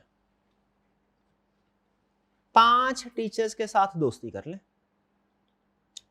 वकील बनना चाहते हैं, 5 वकीलों के साथ दोस्ती कर लें। अमीर बनना चाहते हैं, 5 अमीरों के साथ दोस्ती कर लें। आप जैसे माहौल में रहेंगे ना, आप वैसा ही बन जाएंगे, ठीक है। तो इसीलिए अगर आप इस वक्त दोस्त बनाएंगे ना, जिस बेस पे दोस्त बनाएंगे, जिस बेस पे दोस्त बनाएंगे, आप भी वैसा ही बन जाएंगे। तो कोशिश करें, अगर आप पढ़ने वाले हैं, पढ़ना चाहते हैं, तो ऐसे लोगों को, ऐसे स्टूडेंट्स को दोस्त बनाएं जो खुद भी पढ़ने वाले हैं। अगर आप सैरो तफरी करने का शौक रखते हैं तो फिर आपको ऐसे लोगों को दोस्त बनाना चाहिए जो सैरो तफरी करते हैं। तो इसलिए मैं आपको भी एडवाइस दे रहा हूं कि हॉस्टल को सिलेक्ट करना है अच्छे तरीके से, और जो दोस्त बनाने हैं वो भी आपने बड़ा केयरफुली बनाना है, ठीक है उनको, वरना आप भी उन जैसे हो जाएंगे या वो आप जैसे हो जाएंगे, ऐसे ही होगा। ऑनलाइन स्टूडेंट्स के लिए इंस्ट्रक्शंस क्या हैं? ऑनलाइन स्टूडेंट्स के लिए इंस्ट्रक्शंस ये हैं कि आपने ऑनलाइन वाले स्टूडेंट्स के लिए, खास तौर पे आपके लिए बोल रहा हूं, लैपटॉप और कंप्यूटर पे लेक्चर लीजिए, मोबाइल पे लेक्चर ना लीजिए। मोबाइल के कभी लेक्चर नहीं लेना। एक तो ये कि स्क्रीन छोटी होती है, वो विजन में जब जो चीज़ छोटी होती है ना, उसका इम्पैक्ट भी हमारे जहन में कम पड़ता है, जो चीज़ बड़ी होती है उसका इम्पैक्ट भी ज़्यादा होता है, ठीक है, सिनेमा हॉल में जाके मूवी देखे ना, उसका कुछ और ही मजा होता है, वो कुछ और ही इम्पैक्ट आ रहा होता है उसका। ठीक है, मोबाइल पे वही मूवी देखेंगे आपको इतना मजा नहीं आया, ऐसे ही होता है ना, साउंड इफेक्ट भी अलग होता है उसका व्यू भी अलग होता है। तो इसलिए मोबाइल जो है ना, छोटी सी स्क्रीन है, इस पर तो शायद आपको अल्फाज सही तरीके से नजर भी ना आ रहे हो बाज़-औक़ात। तो हमेशा याद रखें, मजबूरी हो मोबाइल इस्तेमाल करना चाहते हैं कर ले, लेकिन कोशिश करनी है जब कभी लेक्चर लेना है लैपटॉप और कंप्यूटर पे। मोबाइल पे वैसे भी हर 10-15 मिनट के बाद कोई ना कोई मैसेज आ रहा होता है, बल्कि 10-15 मिनट भी ज़्यादा है, वो 5-7 मिनट में कोई ना कोई नोटिफिकेशन भी आ रहा होता है, अटेंशन डाइवर्ट होती है। आपको बताया ना, दुनिया में सबसे ज़्यादा मोस्ट डिस्ट्रैक्टिंग डिवाइस कौन सी है? मोबाइल। मोबाइल, ठीक है जी। अगर आपसे फ़ायदे पूछेंगे ना, तो ये बेतहाशा फ़ायदे आप बता देंगे मोबाइल के, ठीक है। लेकिन अगर आप देखें ना, मैं अगर देखूँ ना मेरी ज़िंदगी में, इसका नेट इफेक्ट नेगेटिव है। मेरी अब तक की ज़िंदगी में पिछले कोई 15-20 सालों से मोबाइल इस्तेमाल कर रहा हूँ, इसका नेट इम्पैक्ट क्या है? नेगेटिव है, नेगेटिव। ठीक है, फ़ायदे भी बड़ा, एफिशिएंसी भी है, ऐसी बात नहीं है नहीं, लेकिन बहरहाल चलें यार छोड़ें, ये डिबेटेबल बात है। ऑनलाइन वाले स्टूडेंट्स के लिए आपने हर रोज़ एक लेक्चर लेना है, डेली लेक्चर। ऐसा नहीं करना कि वीकेंड के ऊपर 3-4-5 लेक्चर इकट्ठे कर ले, ऐसा नहीं करना। और ख़ास तौर पे स्पीड बढ़ाने की कोशिश नहीं करनी, ठीक है। हमारा लेक्चर जो होता है वो रेगुलर स्पीड के ऊपर चलना चाहिए, स्टैंडर्ड स्पीड के ऊपर ही आपको देखना चाहिए, ठीक है। तो स्टैंडर्ड स्पीड हो फिर ही बात समझ आएगी। वो कभी आप मूवी देखते हैं भाई, आप मूवीज़ वगैरह तो देखते होंगे, नहीं कोई इतनी बुरी बात नहीं है मूवी देखना, अच्छी मूवी देखा जाए तो कोई बुरी बात नहीं। आप डबल स्पीड पे देखते हैं उसको कि रेगुलर स्पीड पे? रेगुलर स्पीड पे। डबल स्पीड पे देखे ना, तो कभी कभी दोस्त का, अच्छा मूवी देखी उसमें ये डायलॉग बोला था, उन्होंने कहा वो डायलॉग बोला था उसने, वो किधर बोला था बताओ, क्योंकि डबल स्पीड पे देख रहे। नहीं देखते ना आप? हाँ, नहीं देखते। तो फिर मुझे ये बताइए, एक मूवी जो एंटरटेनमेंट है, मूवी में ना मैं एग्जांपल इसलिए दे रहा हूँ क्योंकि ऑनलाइन वालों के लिए लेक्चर भी लगभग उसी तरह के बन जाता है। मूवी को देखना, उसमें आपका माइंड इस्तेमाल नहीं होता, ज़हन नहीं लगाना पड़ता, ठीक है, वो सिर्फ आपने देखना है। लेक्चर जो होता है ना, उसमें आपने देखना भी है और समझना भी है, क्योंकि लेक्चर में टेक्निकल कंसेप्ट्स होते हैं, मूवीज में टेक्निकल कंसेप्ट्स नहीं होते। तो वो जो चीज़ जिसमें आपका माइंड भी नहीं लगना, उसको तो आप रेगुलर स्पीड पे देखते हैं। और वो चीज़ जिस पे आपको साथ साथ अपने जहन में प्रोसेसिंग करनी है इन्फॉर्मेशन की, उसको अंडरस्टैंड करना है, ठीक है, उसको लिखना है बाज़ औक़ात अहम चीज़ों को, क्या वो डबल स्पीड पे चल जाएगा? नहीं चलता, नहीं चलता। यही वजह है कि अमूमी तौर पे फिजिकल वाले स्टूडेंट्स की अंडरस्टैंडिंग आपने देखा होगा कि थोड़ी सी बेहतर होगी ऑनलाइन वाले के। ऑनलाइन वाले कहेंगे सर ऑनलाइन में समझ नहीं आती। भाई समझ किस वजह से नहीं आती, वो देखना पड़ता है। उसकी उसकी कुछ बहुत सी रीजन है, डिस्ट्रैक्शन होती है। क्लासरूम में आपको डिस्ट्रैक्शन नहीं है, थोड़ी देर बाद आपको भाई आके कुछ नहीं कहेगा, या थोड़ी देर बाद दरवाजे पे बेल नहीं होगी जो आपको जाके देखना पड़े। ऑनलाइन में स्टूडेंट्स को ये मसले मसाइल फेस करना पड़ते हैं, डिस्टर्बेंस होती है बार बार लेक्चर हो, ठीक है। और सबसे बड़े जो एक नुकसान देती है चीज, वो क्या होती है? Double speed. क्या करते हैं सर, स्पीड डबल करते हैं, सर आप बहुत स्लो पढ़ाते हैं, बहुत स्लो आवाज। डबल पे हमें बिल्कुल आराम से समझ आती है सर, प्रॉब्लम कोई नहीं है, डबल पे सुन लिया। और फिर बाद में कुछ क्वेश्चन, कुछ स्टेटमेंट ऐसी बोली होती हैं, वो स्किप कर जाते हैं और फिर वही सवाल व्हाट्सएप ग्रुप में पूछ रहे होते हैं, ठीक है। तो इसलिए कोशिश करनी है, ऑनलाइन वाले स्टूडेंट्स को एडवाइस कर रहा हूँ, आपने हमेशा जब भी लेक्चर लेना है क्या करना है? रेगुलर स्पीड पे, डबल स्पीड ना करें। ये टाइम ना बचाएं मेरे भाई, ये टाइम ना बचाए। हमारा लेक्चर वैसे ही नॉर्मली मैक्सिमम कितना होता है? 1.5 घंटे का। अकाउंटिंग वालों के तो लेक्चर मेरा ख्याल ज्यादा के होते हैं, दो सवा सौ 2 घंटे के होते हैं हमारा। और 1.5 घंटा भी कट कटा के कोई तकरीबन सवा घंटा रह जाता है, कुछ स्टार्ट में कुछ दरमियान में ब्रेक होती है। तो इसलिए सवा घंटे को भी डबल स्पीड पे करना जाती है, ठीक है। तो रेगुलर स्पीड के ऊपर ऑनलाइन फ्लेक्सिबिलिटी को मिस यूज नहीं करना। कौन सी फ्लेक्सिबिलिटी? कि यही कि आपको लेक्चर अवेलेबल है, ऑनलाइन में लेक्चर अवेलेबल होता है, आप जब चाहे आप ले लें, ठीक है। सेशन पहले दिन से लेके सेशन के एंड तक अवेलेबल होता है। लेकिन इसका यह मतलब नहीं है कि आप लास्ट मंथ में लेक्चर लेंगे, नहीं। याद रखिए, एक असूल जेल में रखिएगा, ये पिछले सेशन में ये जो सीफैप का रिजल्ट है, इसमें एक स्टूडेंट था मेरा, उसका गोल्ड मेडल आया। तो ऐसे स्टूडेंट जो होते हैं ना, उसको हम बिठा के उनसे पूछते हैं कि भैया आपके क्या क्या। तो एक चीज जो उसने बताई ना, जो बड़ी अहम चीज है, जो मैं चाहता हूं आप लोग भी उसके ऊपर अमल करें। हालांकि सीफैप वाले स्टूडेंट्स की लाइफ बड़ी टफ होती है, आप फुल टाइम स्टूडेंट, आप पढ़ना नहीं चाहते, मजबूरन पढ़ना पड़ रहा है। ऐसे सीफैप का स्टूडेंट पढ़ना चाहता है, उसके पास टाइम नहीं होता। तो उसने एक बात कही थी, उसने कही थी सर मैंने क्या किया था, एक चीज अगर आप मेरे से पूछे ना कि अहम चीज क्या है, वो ये थी कि मैंने उनको फॉर्म में ना पेपर से पहले छुट्टियां होती है, कोई 30 दिन 40 दिन 50 दिन, फॉर्म की अपनी अपनी पॉलिसीज होती हैं। तो उसने कहा सर जब मेरी छुट्टियां स्टार्ट होनी थी ना, चल मैंने टारगेट ये बनाया था कि छुट्टियां स्टार्ट होने से पहले यानी समझ ले पेपर से 30 दिन पहले मैंने अपना सिलेबस कंप्लीट करना है, आखिरी महीना सिर्फ और सिर्फ रिवीजन के लिए रखना है। तो उसने कहा आखिरी महीने में एक तो मैं बड़ा पीसफुली प्रिपेयर किया, मैंने पीसफुल रहा पूरे महीने में। क्यों वाला लेक्चर सारे पहले कवर किए हुए थे, और दूसरा चूंकि लेक्चर कवर किए हुए थे रिवीजन करने में मुझे बड़ी आसानी हुई। तो मैं ये चाहता हूं आप लोग भी ये टारगेट रखें, खासतौर पे ऑनलाइन वाले स्टूडेंट्स, आप लोग भी ये टारगेट, क्योंकि याद रखें सीवैब लेवल में हमारे पास 90% स्टूडेंट ऑनलाइन होता है, यहाँ पे तो लगभग समय 50-50 होते हैं ना रेशो। जो सीफैब 90% स्टूडेंट ऑनलाइन होता है, ऑनलाइन में प्रॉब्लम कोई भी नहीं है, कोई नहीं है, बच्चे पढ़ रहे हैं, आइंदा भी पढ़े, बल्कि आहिस्ता आहिस्ता तो ये ट्रेंड ज्यादा हो रहा है। लेकिन आपने कोशिश क्या करनी है, रोज का काम रोज करना है। ये सबसे बड़ा मसला ऑनलाइन में स्टूडेंट्स को होता है, पेंडिंग लेक्चर। लेक्चर को पेंडिंग ना होने दीजिएगा, रोज का काम रोज कीजिए, और ये टारगेट बना ले। आज अपने आप से वादा कर ले कि मैंने सेशन, जिस दिन फिजिकल स्टूडेंट्स का सेशन खत्म होगा उसी दिन आपका भी सेशन खत्म होगा। आपने साथ साथ लेक्चर्स को कंप्लीट करते जाना है, असाइनमेंट करते जाने हैं, और आपने भी आखिरी महीना सिर्फ और सिर्फ रिवीजन के लिए रखना है। क्लियर जी? साथ साथ प्रैक्टिस करते जाने हैं, साथ साथ टेस्ट देते जाने हैं, साथ साथ काम निपटाते जाए। आखिरी महीने में रिवीजन के अलावा कुछ भी नहीं करना, आखिरी महीने में रिवीजन। और ये सारे सब्जेक्ट्स के लिए है, मतलब सिर्फ मैं अपने सब्जेक्ट के लिए एडवाइस नहीं दे रहा, सारे सब्जेक्ट्स के लिए एडवाइस दे रहा हूँ। लास्ट मंथ में आपने सिर्फ रिवीजन के लिए रखनी है, तो स्टडी डेली करनी है। नेक्स्ट क्वेश्चन देखिए, ये असल में चीजें होती हैं, हर दफा मुझे भी तो आपको बोरिंग लग रही है, थोड़ी थोड़ी मुझे भी लग रही है, लेकिन पता क्या ये अहम है, ये बताना जरूरी होता है। ठीक है, शायद आप में से ज्यादातर स्टूडेंट्स को ऑलरेडी इन चीजों का पता होगा, लेकिन स्टिल बताना इसलिए जरूरी होता है। अगर क्लास में 10 स्टूडेंट भी ऐसे हैं ना जिन तक ये पैगाम नहीं पहुंचे, ये इन्फॉर्मेशन बहुत अहम है। ठीक है, ये समझ लीजिए मेरे सारे टीचिंग कैरियर का निचोड़ है ये चीजें, जो मैं आपके सामने पहले लेक्चर में रखता होता हूँ। नेक्स्ट मेरे अक्सर एक सवाल, खासतौर पे ऑनलाइन वाले स्टूडेंट से सवाल पूछते हैं, ऑनलाइन वाले स्टूडेंट क्या कि सर एक दिन में कितने लेक्चर कवर करने चाहिए। ये डिपेंड करता है 2-3 फैक्टर्स के ऊपर। एक फैक्टर ये है कि आपने ज्वाइन कब किया है, सेशन के स्टार्ट से ज्वाइन किया है, रिजल्ट के बाद से ज्वाइन किया, कि रिजल्ट के भी महीने बाद ज्वाइन किया है।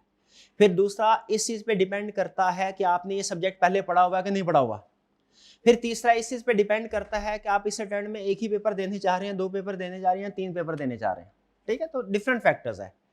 तो वैसे तो ऑनलाइन वाले स्टूडेंट्स जो हैं वो, अगर आपको लगे कि आप ये डिसीजन नहीं कर पा रहे, तो आप इसको आप व्हाट्सएप ग्रुप में शेयर कीजिए, अपना स्पेसिफिक इन्फॉर्मेशन देके मैं आपको गाइड कर दूंगा कि आपको एक दिन में कितने लेक्चर लेने चाहिए। लेकिन जनरल रूल आपको बता रहा हूं, अगर आप ऑनलाइन वाले स्टूडेंट हैं, फर्ज कीजिए कि मैं अज्यूम कर रहा हूं आपने इससे पहले ये सब्जेक्ट नहीं पढ़ा हुआ और 3 सब्जेक्ट्स आप इस अटेम्प्ट में करने जा रहे हैं, तो आपको, अगर आपने सेशन स्टार्ट किया है, स्टार्ट से ज्वाइन किया है, तो आपको हर रोज क्या करना चाहिए, एक लेक्चर लेना चाहिए, एक लेक्चर, 1 लेक्चर पर डे।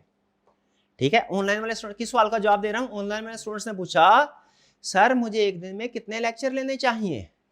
तो अगर सेशन के स्टार्ट में या 2-4 दिन बाद, हफ्ते के अंदर अंदर ज्वाइन किया है, तो उसे एक दिन में कितने लेक्चर लेने चाहिए, एक लेक्चर। अगर रिजल्ट के बाद ज्वाइन किया है, रिजल्ट के बाद ज्वाइन किया है, तो फिर एक दिन में कितने लेक्चर लेने चाहिए, 1.5। जैसे रिजल्ट के बाद ऐसा कम कम ही होता है, लेकिन अनएक्सपेक्टेडली कोई पेपर पास हो जाता है, बात, तो उन्होंने कहा सर मैंने इससे पहले ऑडिट, मैंने तो सोचा था कि साथ ये देना पड़ जाएगा, ये पास हो गया, अब मैंने ऑडिट अगले टाइम के लिए सोचा था, अब मैं पहली दफा ऑडिट पढ़ा, रिजल्ट के बाद आया बच्चा और क्या कहने लगा, सर मैं पहले से पहले मैंने ऑडिट नहीं पढ़ा हुआ, पहले क्या मैं पढ़ सकता हूं। इसका जवाब ये है, आपको डेली 1.5 लेक्चर अटेम्प्ट करना पड़ेगा और 3 घंटे खुद से देने पड़ेंगे। अगर आपके पास इतना टाइम है तो आप अटेम्प्ट कर सकते हैं, यानी अगर रिजल्ट के बाद ज्वाइन करते हैं तो फिर क्या हो जाएगा, 1.5 लेक्चर। 1.5 लेक्चर का मतलब ये नहीं है कि जब एक लेक्चर पूरा और दूसरा आधा कट कर दिया, नहीं। 1.5 लेक्चर का मतलब है किसी दिन 1 लेक्चर, किसी दिन 2, किसी दिन 1, आसान है तो 1 लेक्चर, सॉरी आसान है तो 2 लेक्चर, और जरा मुश्किल है तो 1 लेक्चर। और अगर रिजल्ट के भी 1 महीने बाद, रिजल्ट ये वाली ऑप्शन सिर्फ उन स्टूडेंट्स के लिए है जो रिपीटर्स हैं। बाज़-औक़ात ऐसा होता है, आपको तो शायद क्वेश्चन अजीब लगे, रिजल्ट आने के बाद, अब से तकरीबन महीने बाद रिजल्ट आना है, रिजल्ट आने के भी महीने बाद स्टूडेंट कहता है सर मैं अभी ज्वाइन कर लूं, ऑडिट तो पास हो जाएगा। तो अगर आप फ्रेश स्टूडेंट है तो आपने फिर उस टाइम पे ज्वाइन नहीं करना।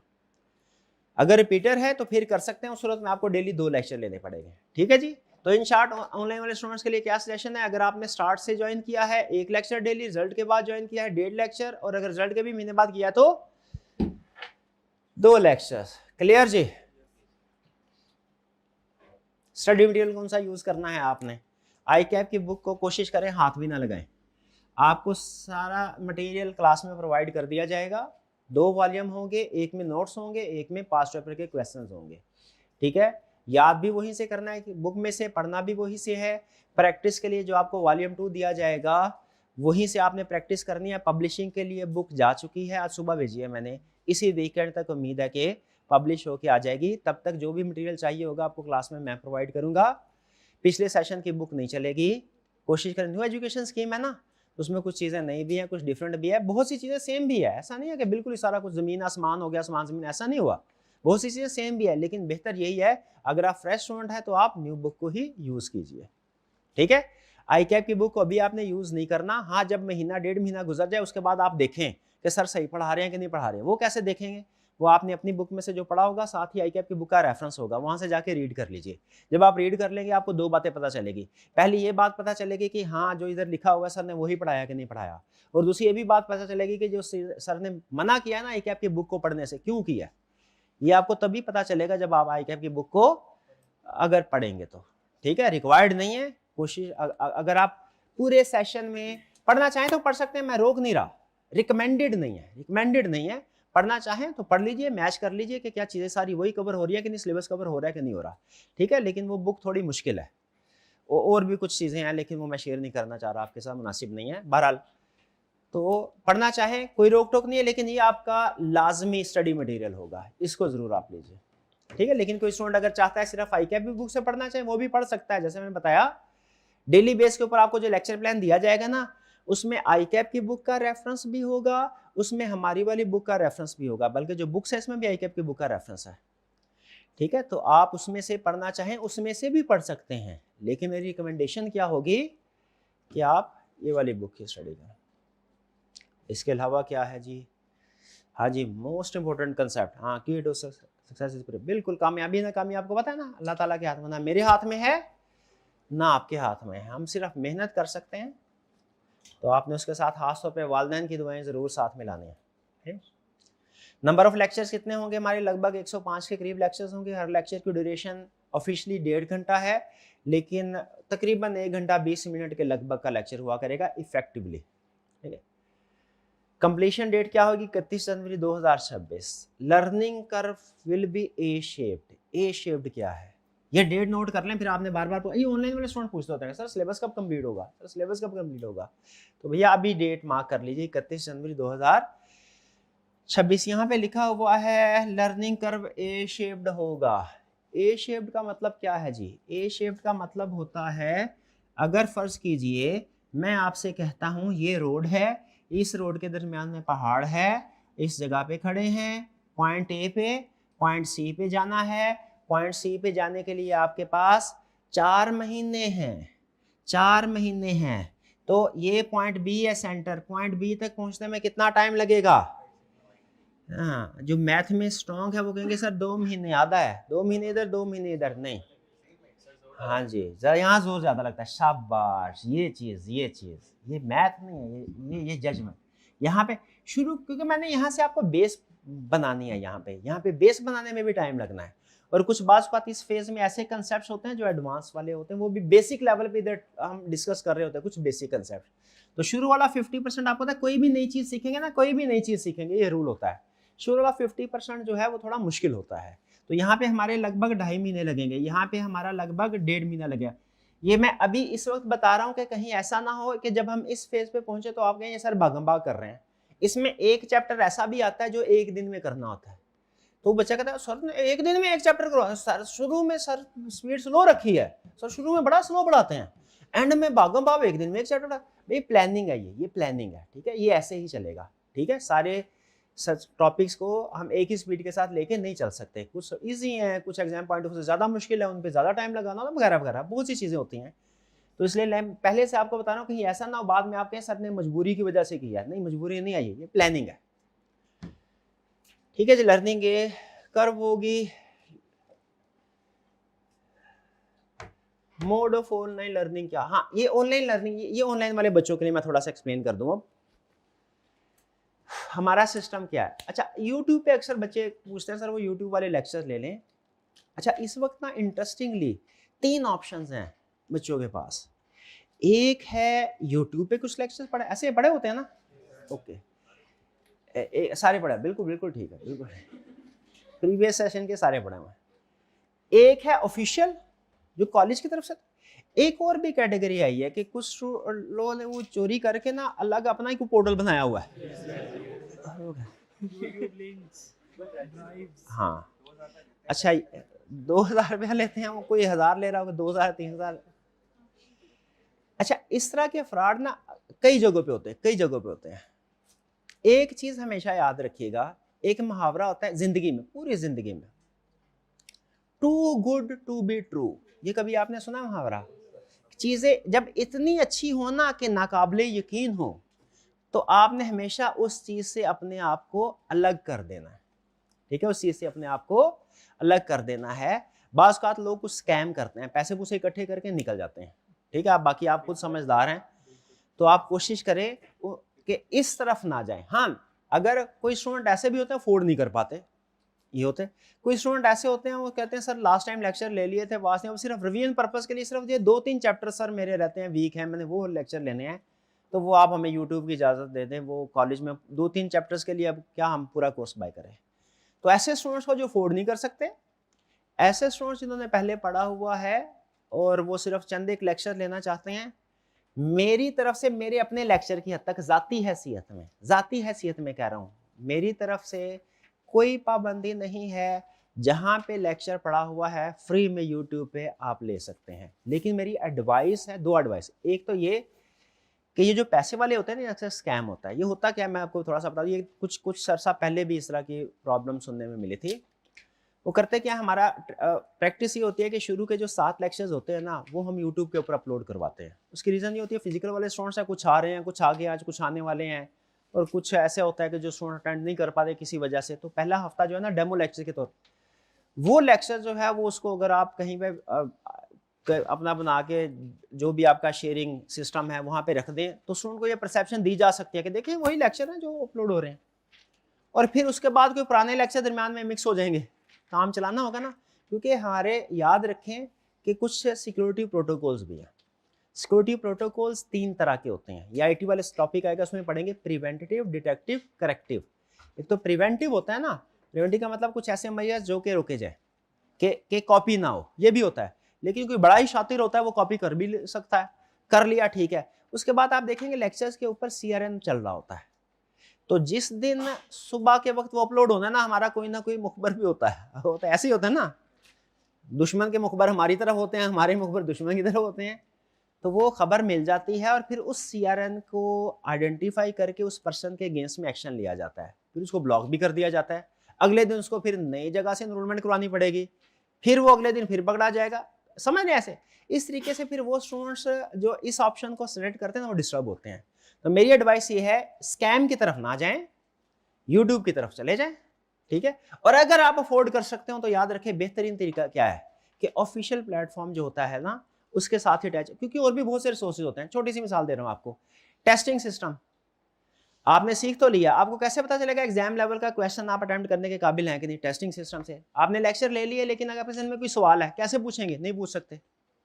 ठीक है, तो इसलिए इन शॉर्ट ये कि कोशिश करनी ये चाहिए, अगर आप अफोर्ड कर सकते हो तो ऑफिशियल प्लेटफॉर्म से ही आपको रजिस्ट्रेशन करवानी चाहिए। नहीं कर सकते तो फिर यूट्यूब। स्कैम की तरफ ना जाए, बच्चे हत्तुल इम्कान जितना बच सकते हैं। बाकी आगे आपकी मर्जी, करना तो जाहिर है आपने अपनी मर्जी है। यूट्यूब के लेक्चर में बाज़ उसमें भी, अच्छा जो बच्चे यूट्यूब का, ये मैं इस वजह से नहीं बता रहा आपको यूट्यूब के लेक्चर में क्या प्रॉब्लम है, इस वजह से नहीं बता रहा कि मैं यूट्यूब की तरफ ना जाए, बल्कि मैं इस वजह से बता रहा हूँ अगर कोई स्टूडेंट यूट्यूब की तरफ चलता है तो उसको पता हो उसमें प्लस क्या है माइनस क्या है, वो इस चीज़ का ध्यान रखे। कुछ लेक्चर आउटडेटेड हो सकते हैं, ठीक है, जैसे वो हो सकता है ओल्ड एजुकेशन स्कीम के हो, इस वक्त न्यू एजुकेशन स्कीम में आउटडेटेड हो सकते हैं। एडिशनल स्टडी मटेरियल यूट्यूब पे अवेलेबल नहीं होता। अगर कोई स्टूडेंट यूट्यूब से लेक्चर ले रहा है तो उसे फिर किसी ऐसे स्टूडेंट के साथ अटैच होना पड़ेगा जो ऑफिशियली कहीं से क्लासेस ले रहा है, ताकि जो भी अपडेशन है, जो भी टेस्ट वगैरह है, उसके बारे में अपडेटेड रहे। क्वेरीज वगैरह नहीं पूछ सकता, वो जाहिर है। टेस्टिंग और फीडबैक, ये टेस्टिंग और फीडबैक अगर आप मेरे से पूछें ना, तो लेक्चर के बाद सबसे अहम रिसोर्स होता है ना, वो टेस्ट होता है। ठीक है।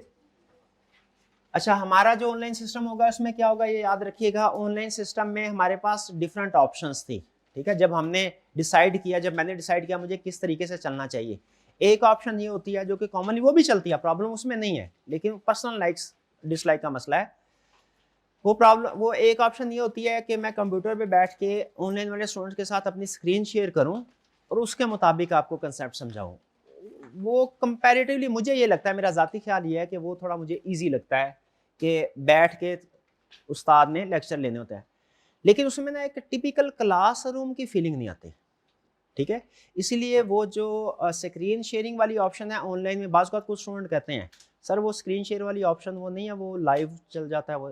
वो स्क्रीन शेयर वाली ऑप्शन जो है वो नहीं है हमारे ऑनलाइन वाले सिस्टम में। इसमें क्या है, क्लासरूम के अंदर जो एक्चुअली लेक्चर हो रहा होगा वही रिकॉर्ड होता है। और इसमें मेरा ज़ाती ख्याल ये है, मैंने क्यों इसको ऑप्ट किया है, क्योंकि इसमें ऑनलाइन वाला बच्चा घर में बैठा होता है लेकिन उसे फीलिंग क्लासरूम वाली आ रही होती है। अच्छा, क्लासरूम है, ये सामने व्हाइट बोर्ड है, उसके सामने सारी कैलकुलेशन वगैरह हो रही है। ठीक है, तो हमारा लेक्चर जो होगा वो एक्चुअल रियल क्लासरूम रिकॉर्डिंग होगी। इसके अलावा फ्रेश लेक्चर हर सेशन में रिकॉर्ड होते हैं, ऑनलाइन वाले स्टूडेंट चाहे तो उनको डाउनलोड भी कर सकते हैं। अहम चीज, हमारी क्लास 5 डेज अ वीक होगी, ये फिजिकल वाले स्टूडेंट्स आप लोग भी नोट कर लें। हमारी क्लास क्या होगी, सैटरडे को क्लास नहीं होगी, लेकिन इसका ये मतलब नहीं है सैटरडे को पढ़ाई भी नहीं होगी। सैटरडे को क्लास नहीं होगी लेकिन पढ़ाई होगी। अब पढ़ाई कैसे होगी ये मैं आपको सैटरडे को बताऊंगा। ठीक है जी, ये क्या होगा। नेक्स्ट, ऑनलाइन वाले स्टूडेंट्स के लिए अगर कोई क्वेरी पूछना चाहते हो तो जूम मीटिंग भी होगी। 2 हफ्ते के बाद कम से कम एक दफा जूम मीटिंग लाजमी होगी। एग्जाम के करीब वीकली जूम मीटिंग होती है, एग्जाम से पहले 2 हफ्ते में एक बार। व्हाट्सएप सपोर्ट भी अवेलेबल होगी, लेकिन जहन में रखिएगा व्हाट्सएप सपोर्ट मैं कोशिश करूंगा कि रेगुलरली आपको जवाब दे सकूं, लेकिन बाज़ औक़ात मसरूफियात की वजह से कुछ डिले आ जाता है व्हाट्सएप में जवाब देने के लिए, लेकिन मैं कोशिश करूंगा ऑनलाइन स्टूडेंट्स आप लोगों को रेगुलरली जवाब दे दिया करूं। डेली लेक्चर प्लान बता, डेली लेक्चर प्लान कैसे चलेगा, ऐसे ही चलेगा।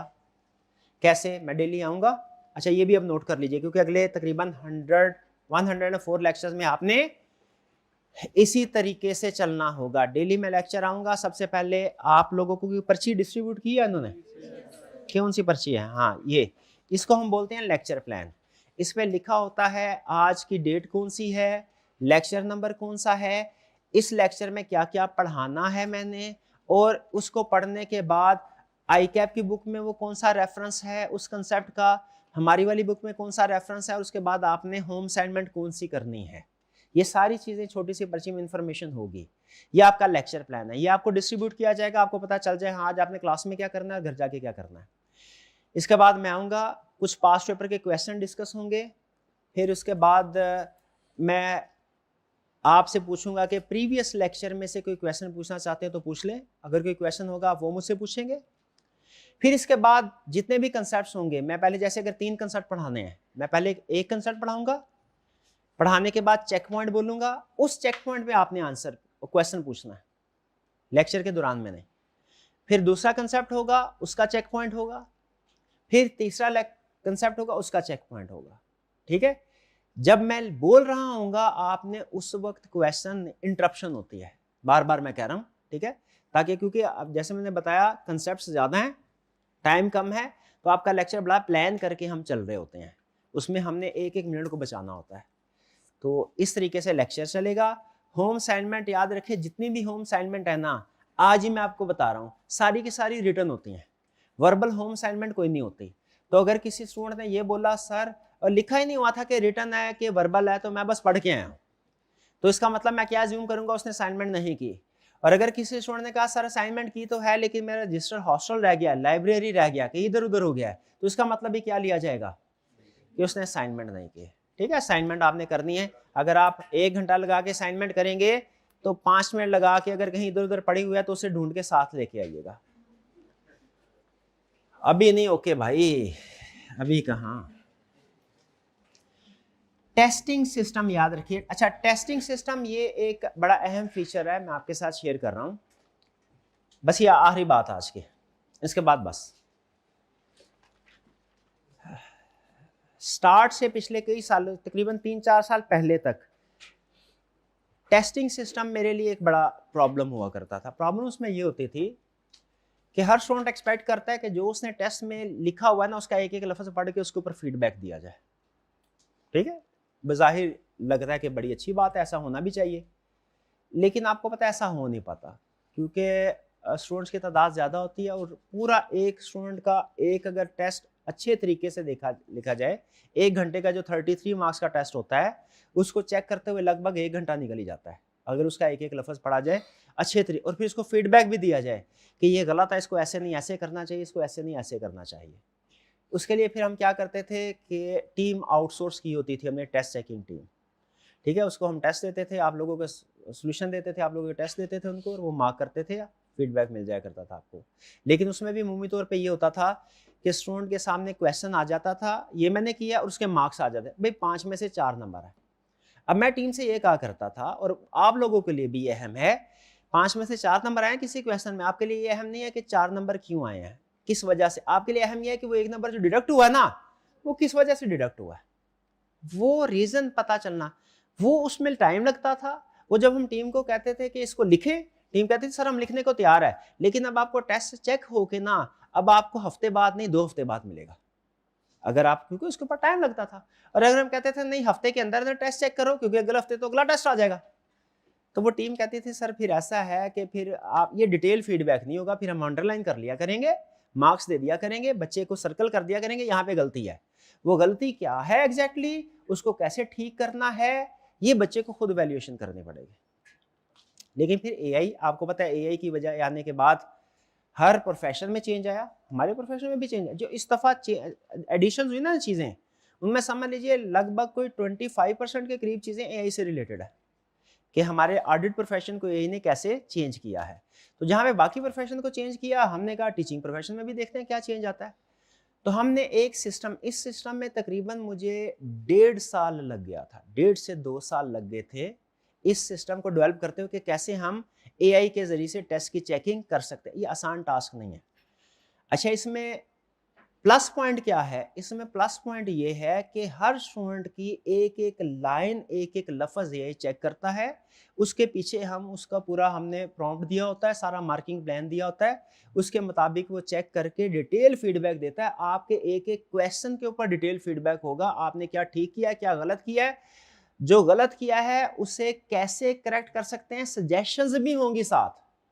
ठीक है, आपका आधा नंबर भी कटेगा ना, 0.25 मार्क भी डिडक्ट होंगे ना, उसके साथ में रीजन लिखी होगी ये किस वजह से डिडक्ट हुआ है। ठीक है, बल्कि अब तो हम उससे अभी एक अगली नेक्स्ट स्टेज के ऊपर काम कर रहे हैं, मे बी इस सेशन में हम लॉन्च करें, वो ये कि अगर फर्ज कीजिए कि आपने 30 नंबर का पेपर दिया, उसमें आपके 22 नंबर आए हैं, 8 नंबर किस वजह से डिडक्ट हुए ये आपको पता चल गया। अब एक ऐसा सवाल क्रिएट किया जाए जो उन्हीं 8 मार्क्स वाले कंसेप्ट्स के ऊपर फोकस कर रहा हो जहां पे आपकी परफॉर्मेंस पुअर है। भी समझ रहे हैं? ठीक है, यानी मल्टीपल क्वेश्चंस में से जो आपने कंसेप्ट गलती की है, वो सारी गलतियों को इकट्ठा करके एक क्वेश्चन बनाएगा आपका। वो एक क्वेश्चन आपकी सारी कमियों को दूर कर देगा अगर आप उसको प्रैक्टिस करते हैं। और ये हर स्टूडेंट का क्वेश्चन डिफरेंट होगा। क्यों भला? क्योंकि इन्होंने कुछ और गलतियां होंगी, इन्होंने कुछ और गलतियां की होंगी, उन भाईजान ने कुछ और गलतियां की होंगी। तो इस सेशन में हम कोशिश करेंगे मे बी हम इस लेवल तक पहुंच सकें, वरना नहीं तो कम से कम आपका टेस्ट चेकिंग इंशाल्लाह वो हम एक एक नंबर भी डिडक्ट होगा, उसका फीडबैक भी आपको मिलेगा, सजेशन भी आपको मिलेंगे। लेकिन स्टिल आपको पता है कि एआई जो है वो उसमें हेलुसिनेशन हो सकती, एरर हो सकते हैं, ज्यादा नहीं होते। ये बिल्कुल ऐसी है जैसे मैं कहूँ भाई आज के बाद कभी बाइक ना चलाना। क्यों ना चलाना? क्योंकि एक्सीडेंट हो सकता है। आप कहें सर तो फिर तो सारी मोटर बाइक जितनी भी है घर में हम रख लेते हैं, खड़ी कर देते हैं। एक्सीडेंट हो सकता है, लेकिन इसका चांस कितना है? बहुत कम। क्या उस चांस की वजह से बाइक चलाना छोड़ दें? नहीं, बल्कि बाइक को एहतियात से चलाएं। उसी तरीके से एआई जो है ना, याद रखें ये कैसा रिजल्ट देती है डिपेंड करता है उसको यूज करने वाला कौन है। ठीक है, उसका कितना एक्सपीरियंस है। तो उसमें अगर कोई गलती हो भी सकती है, मैं ये नहीं कह रहा कि वो परफेक्ट होता है। उसके लिए फिर हमने second layer of security protocol क्या सेट किया हुआ है? ह्यूमन एलिमेंट भी ऐड किया है। आपके जो टेस्ट होंगे वो एआई के बाद एक जो हमारा ह्यूमन होगा वो चेक करेगा। खास तौर पे वो ऐसे क्वेश्चन को चेक करता है जिनमें या तो सारे कंप्लीट परफेक्ट मार्क्स आए होते हैं या 0 मार्क्स आए होते हैं। इनमें गलती का चांस, इसको रीचेक करता है कि कहीं ऐसा तो नहीं कोई क्वेश्चन एआई ने चेक करने से छोड़ दिया, स्किप कर दिया हो। तो समझ रहे हैं? तो ये हमारा जो है टेस्टिंग सिस्टम होगा, ये बहुत प्लस समझ लीजिए प्रीमियम फीचर है, इसलिए आपने टेस्ट को जरूर अटेम्प्ट करना है। क्लियर जी?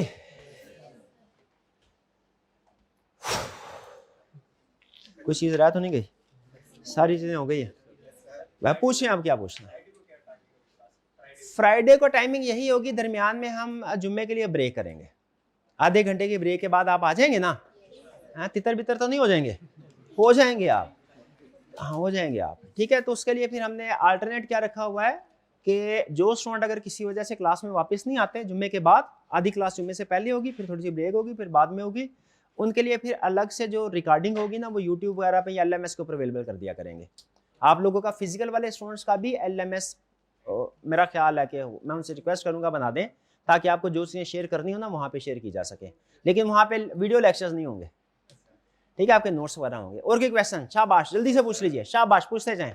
हाइब्रिड क्लास में भी स्टूडेंट्स ने क्वेश्चन पूछने हैं, जब तक हाइब्रिड क्लास में से 3 क्वेश्चन नहीं आएंगे ना ये क्लास खत्म नहीं होगी। हाँ, हाइब्रिड क्लास में पार्टिसिपेशन नहीं करते, वो आते हैं बैठ के निकल जाते हैं।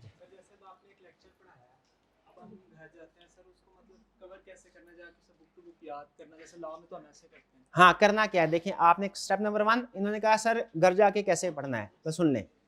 आइडली क्या होना चाहिए मेरे ख्याल में, मेरा मशवरा, बाकी हर स्टूडेंट का अपना अपना स्टाइल होता है, क्लास में आए नोटबुक अपने सामने रखें। वैसे तो जो आपको बुक दी जाएगी याद रखिए, अगर आप पूरे सेशन के अंदर एक सवाल भी ना पूछें, सुनिएगा गौर से मेरी बात, पूरे सेशन में उस्ताद से एक सवाल भी ना पूछें, सिर्फ जो किताब में लिखा हुआ है वो कवर कर लें, आप इंशाल्लाह पास हो जाएंगे, ठीक है। लेकिन फिर भी आप क्वेश्चन पूछना बिल्कुल पूछें, लेकिन करना क्या है, बुक आपके सामने होगी, आपको लर्निंग ऑब्जेक्टिव बता दिया जाएगा, मैं क्लास में लेक्चर डिलीवर करूंगा, आपने सुनना है। जो चीज आपको मिसाल लगे ना अहम, कि ये अच्छी सर ने मिसाल दी है, ये बात अच्छी बताई है, उसको आप बुक के ऊपर लिख लें, घर जाएं बुक में से ही याद करें, ठीक है। घर जाएं क्या करें, बुक में से ही याद करें, और फिर याद करने के बाद प्रैक्टिस करें अलग से रजिस्टर के ऊपर वॉल्यूम 2 की केस स्टडीज की, ठीक है। कोई बहुत ज्यादा रजिस्टर बनाने की जरूरत नहीं है, अगर आप सिर्फ बुक को ही फॉलो करें मोर देन इनफ। लेकिन कुछ स्टूडेंट होते हैं वो कहते हैं सर हमने साथ में रजिस्टर में अपने नोट्स भी बनाने हैं, कोई माइंड मैप्स भी बनाने हैं, कुछ जिस तरह ये आप ये एरो शेरो बना के डायग्राम बना के दे रहे होते हैं, जैसे आपने देखा होगा ये भी एक माइंड मैप, ठीक है, थोड़ा सा पेज आपके साथ शेयर किया गया होगा, इस तरह के बनाना चाहे बना सकते हैं, जरूरी नहीं है, जरूरी नहीं है। आपको जो बुक दी जाएगी उसमें हर वो चीज जो आपके पेपर अटेम्प्ट करने के लिए जरूरी है, हर चीज उसमें इंक्लूडेड है, एक लफ्ज भी उसमें ना एक्स्ट्रा लिखे तो फिर भी कोई प्रॉब्लम नहीं। लेकिन मेरा मशवरा यह है कि बुक क्लास में लेक्चर के दौरान में सामने रखा करें, ऑनलाइन वाले स्टूडेंट्स के लिए भी, और अगर कोई आपको बात लगे कि बड़ी अच्छी है, कोई एग्जाम्पल कोई केस स्टडी, उसको उसके ऊपर ही नोट कर लिया करें। लेकिन याद रखें बुक के ऊपर बहुत ज्यादा चीजें ना लिखें, मैंने देखा कुछ स्टूडेंट ऐसे होते हैं वो 1 इंच जगह नहीं छोड़ते पूरे सफ़े के ऊपर, इतना ज़्यादा लिखा होता है, इतना ज़्यादा ना लिखा करें, कम लिखे, टू दी पॉइंट लिखे, ताकि आप फोकस्ड हो, ठीक है, फोकस्ड हो। सीफैप में होता यह है कि स्टैंडर्ड हम पढ़ाते हैं ना, आपके लेवल पे स्टैंडर्ड नहीं है, मतलब आपको कभी हम पढ़ेंगे तो स्टैंडर्ड, लेकिन आपने स्टैंडर्ड बाय नहीं करने, खोलने नहीं। सीफैप में ये होता है कि ओपन बुक होता है, वहाँ पे स्टैंडर्ड साथ में लेके जा सकते थे पहले, अब तो उसने थोड़ा उसको सॉफ्टवेयर बेस कर दिया है, हाईलाइट करते थे। तो कुछ बच्चे क्या करते थे, हर चीज को हाईलाइट कर रहे होते थे, हर चीज को नहीं। हाईलाइट जब आपने करना होता है ना, अहम चीज अंडरलाइन, सिर्फ अहम चीजों को अंडरलाइन करना होता है, जितनी कम चीजों को अंडरलाइन करेंगे उतना ज्यादा फोकस, इसका मतलब उतना ज्यादा आपकी एनालिटिकल स्किल स्ट्रांग है, आपको पता है कि पूरे सेंटेंस में ये 2 लफ्ज काम के हैं, बाकी सिर्फ आई गई बात है। तो एक जगह पे क्या बड़ी अच्छी बात लिखी थी, उसने लिखा हुआ था व्हेन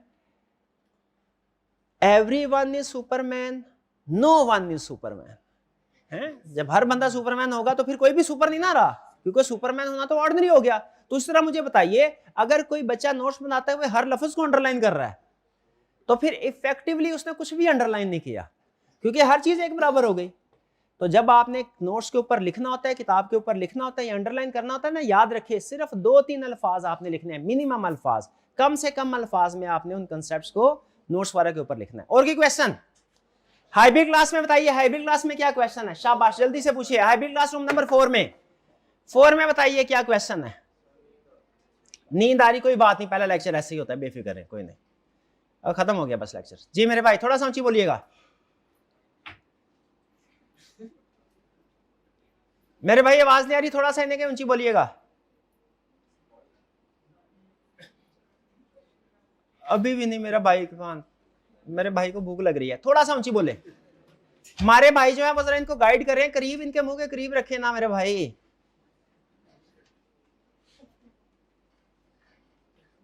यार ऐसे भाईजान अल्लाह के बंदे, आप सिखाए बच्चे को सिखाते क्यों नहीं? ट्रेनिंग देनी है हमने।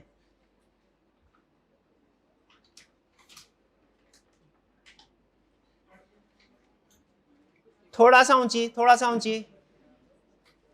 बताया कोई बात नहीं, ये मैं यही चीज टेस्ट करना चाह रहा हूं ना कि मैं बच्चे के साथ कनेक्ट कर पा रहा हूं कि नहीं।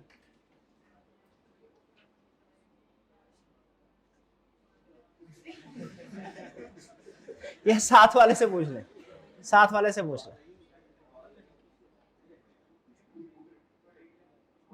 थोड़ा सा ऊंची आवाज खोलें।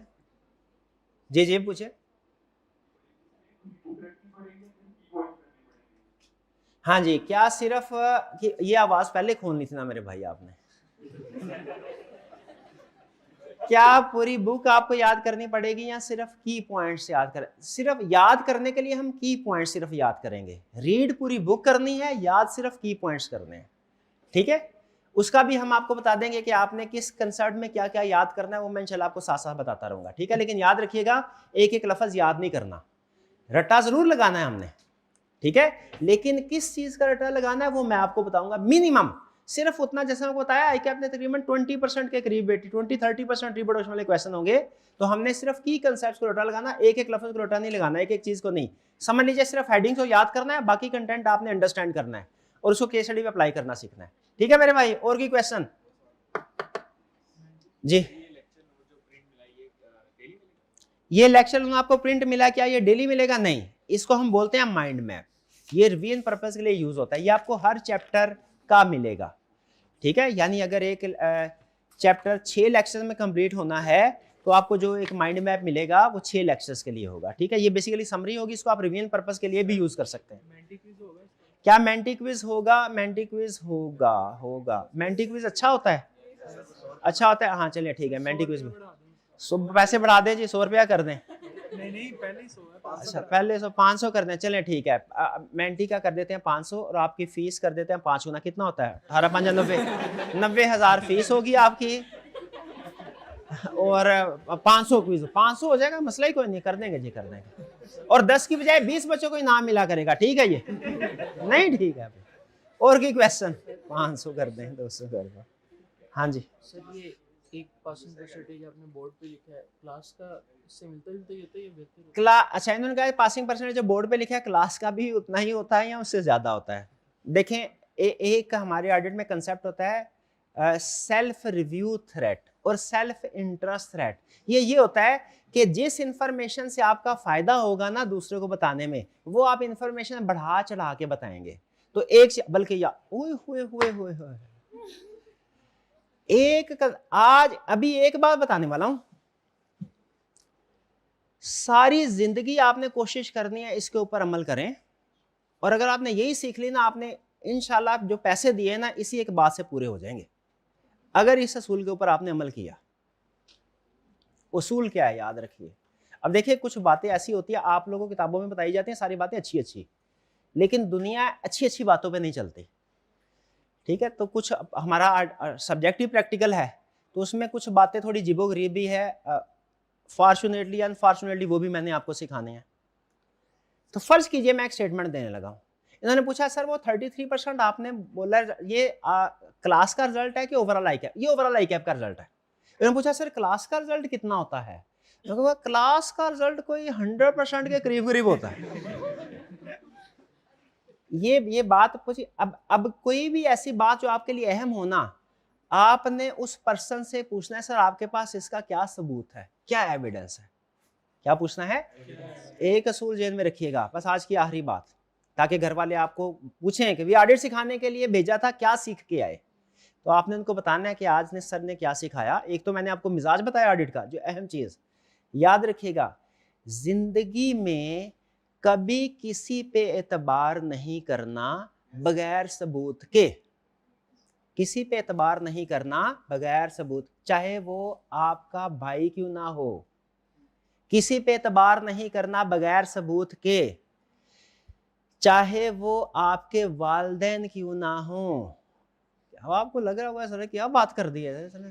देखिए अदब करना है, अदब और चीज है, अदब और चीज है, अदब में फर्क नहीं आना चाहिए, 1% भी फर्क नहीं आना चाहिए, लेकिन एतबार हम प्रोफेशनल है, मैं आपको प्रोफेशनली ग्रो करा हूं। किसी से पूछा, किसी ने आपने सुना हो गलती का बड़ा पुराना है, भैया ये तलाक की सबसे बड़ी वजह क्या है, उसने कहा शादी। दुनिया में धोखे की सबसे बड़ी वजह क्या है, ट्रस्ट। तो मैं आपको क्या सिखा रहा हूं, किसी पे ट्रस्ट नहीं करना बगैर एविडेंस के। अगर आप चाहते हैं कि धोखा ना खाए जिंदगी में, तो क्या किसी पे ट्रस्ट नहीं कर, बगैर एविडेंस, सबूत है ना, बिल्कुल। मैंने भाईजान को 100 रुपया उधार दिया, इन्होंने वापस कर दिया, अगली दफा 200 मांगेंगे मैं उधार दे दूंगा, क्योंकि ट्रस्ट डेवलप हुआ है, ठीक है। लेकिन अगर ये इन्होंने 100 रुपया लेके वापस नहीं किया, अगली दफा 200 रुपया मांगे, 50 रुपये मांगेंगे, मैं नहीं दूंगा। तो हमेशा याद रखिएगा पूरी जिंदगी में ये सूल, क्या, ट्रस्ट नहीं करना किसी पे बगैर एविडेंस के। वो ऑडिट में एक और बड़ा मशहूर मुहावरा है, तो आपको बताया था ना शुरू में, क्या बताया था, हाँ एक और क्या, in God we trust, in God we, the rest we audit. इतबार करना है सिर्फ अल्लाह ताला पे, अल्लाह ताला ने जो कह दिया ना, उसकी लॉजिक, उसका एविडेंस नहीं ढूंढना हमने। बाकी दुनिया के हर बंदे ने कोई भी बात कही तो एविडेंस चाहिए, एविडेंस के बगैर इतबार नहीं करना, ठीक है जी। तो ये भाईजान मेहनत करेंगे तो इंशाल्लाह पास हो जाएंगे, ठीक है। और कोई क्वेश्चन, कोई क्वेश्चन नहीं, चलिए क्लास का टाइम भी हो गया, कल इंशाल्लाह हम इसके टेक्निकल कंसेप्ट स्टार्ट करेंगे ऑडिट के, ठीक है जी। आज का लेक्चर कुछ बोरिंग था, मुझे खुद भी एहसास हो रहा है, लेकिन चीज़ें आपके साथ शेयर करना जरूर, फॉर्मेलिटी होती है ना। कल इंशाल्लाह फिर हम सब्जेक्ट स्टार्ट करेंगे, और याद रखें जब तक बुक पब्लिश नहीं होती, इस वीकेंड तक उम्मीद है पब्लिश हो जाएगी, और हो जाएगी इंशाल्लाह। जब तो आपको हर वो चीज़ जो चाहिए आपको क्लास में मिलेगी, आपको इधर उधर से कहीं से कोई चीज़ लेने की जरूरत नहीं है, ठीक है। आज का लेक्चर यहाँ खत्म करते हैं, अल्लाह हाफिज़।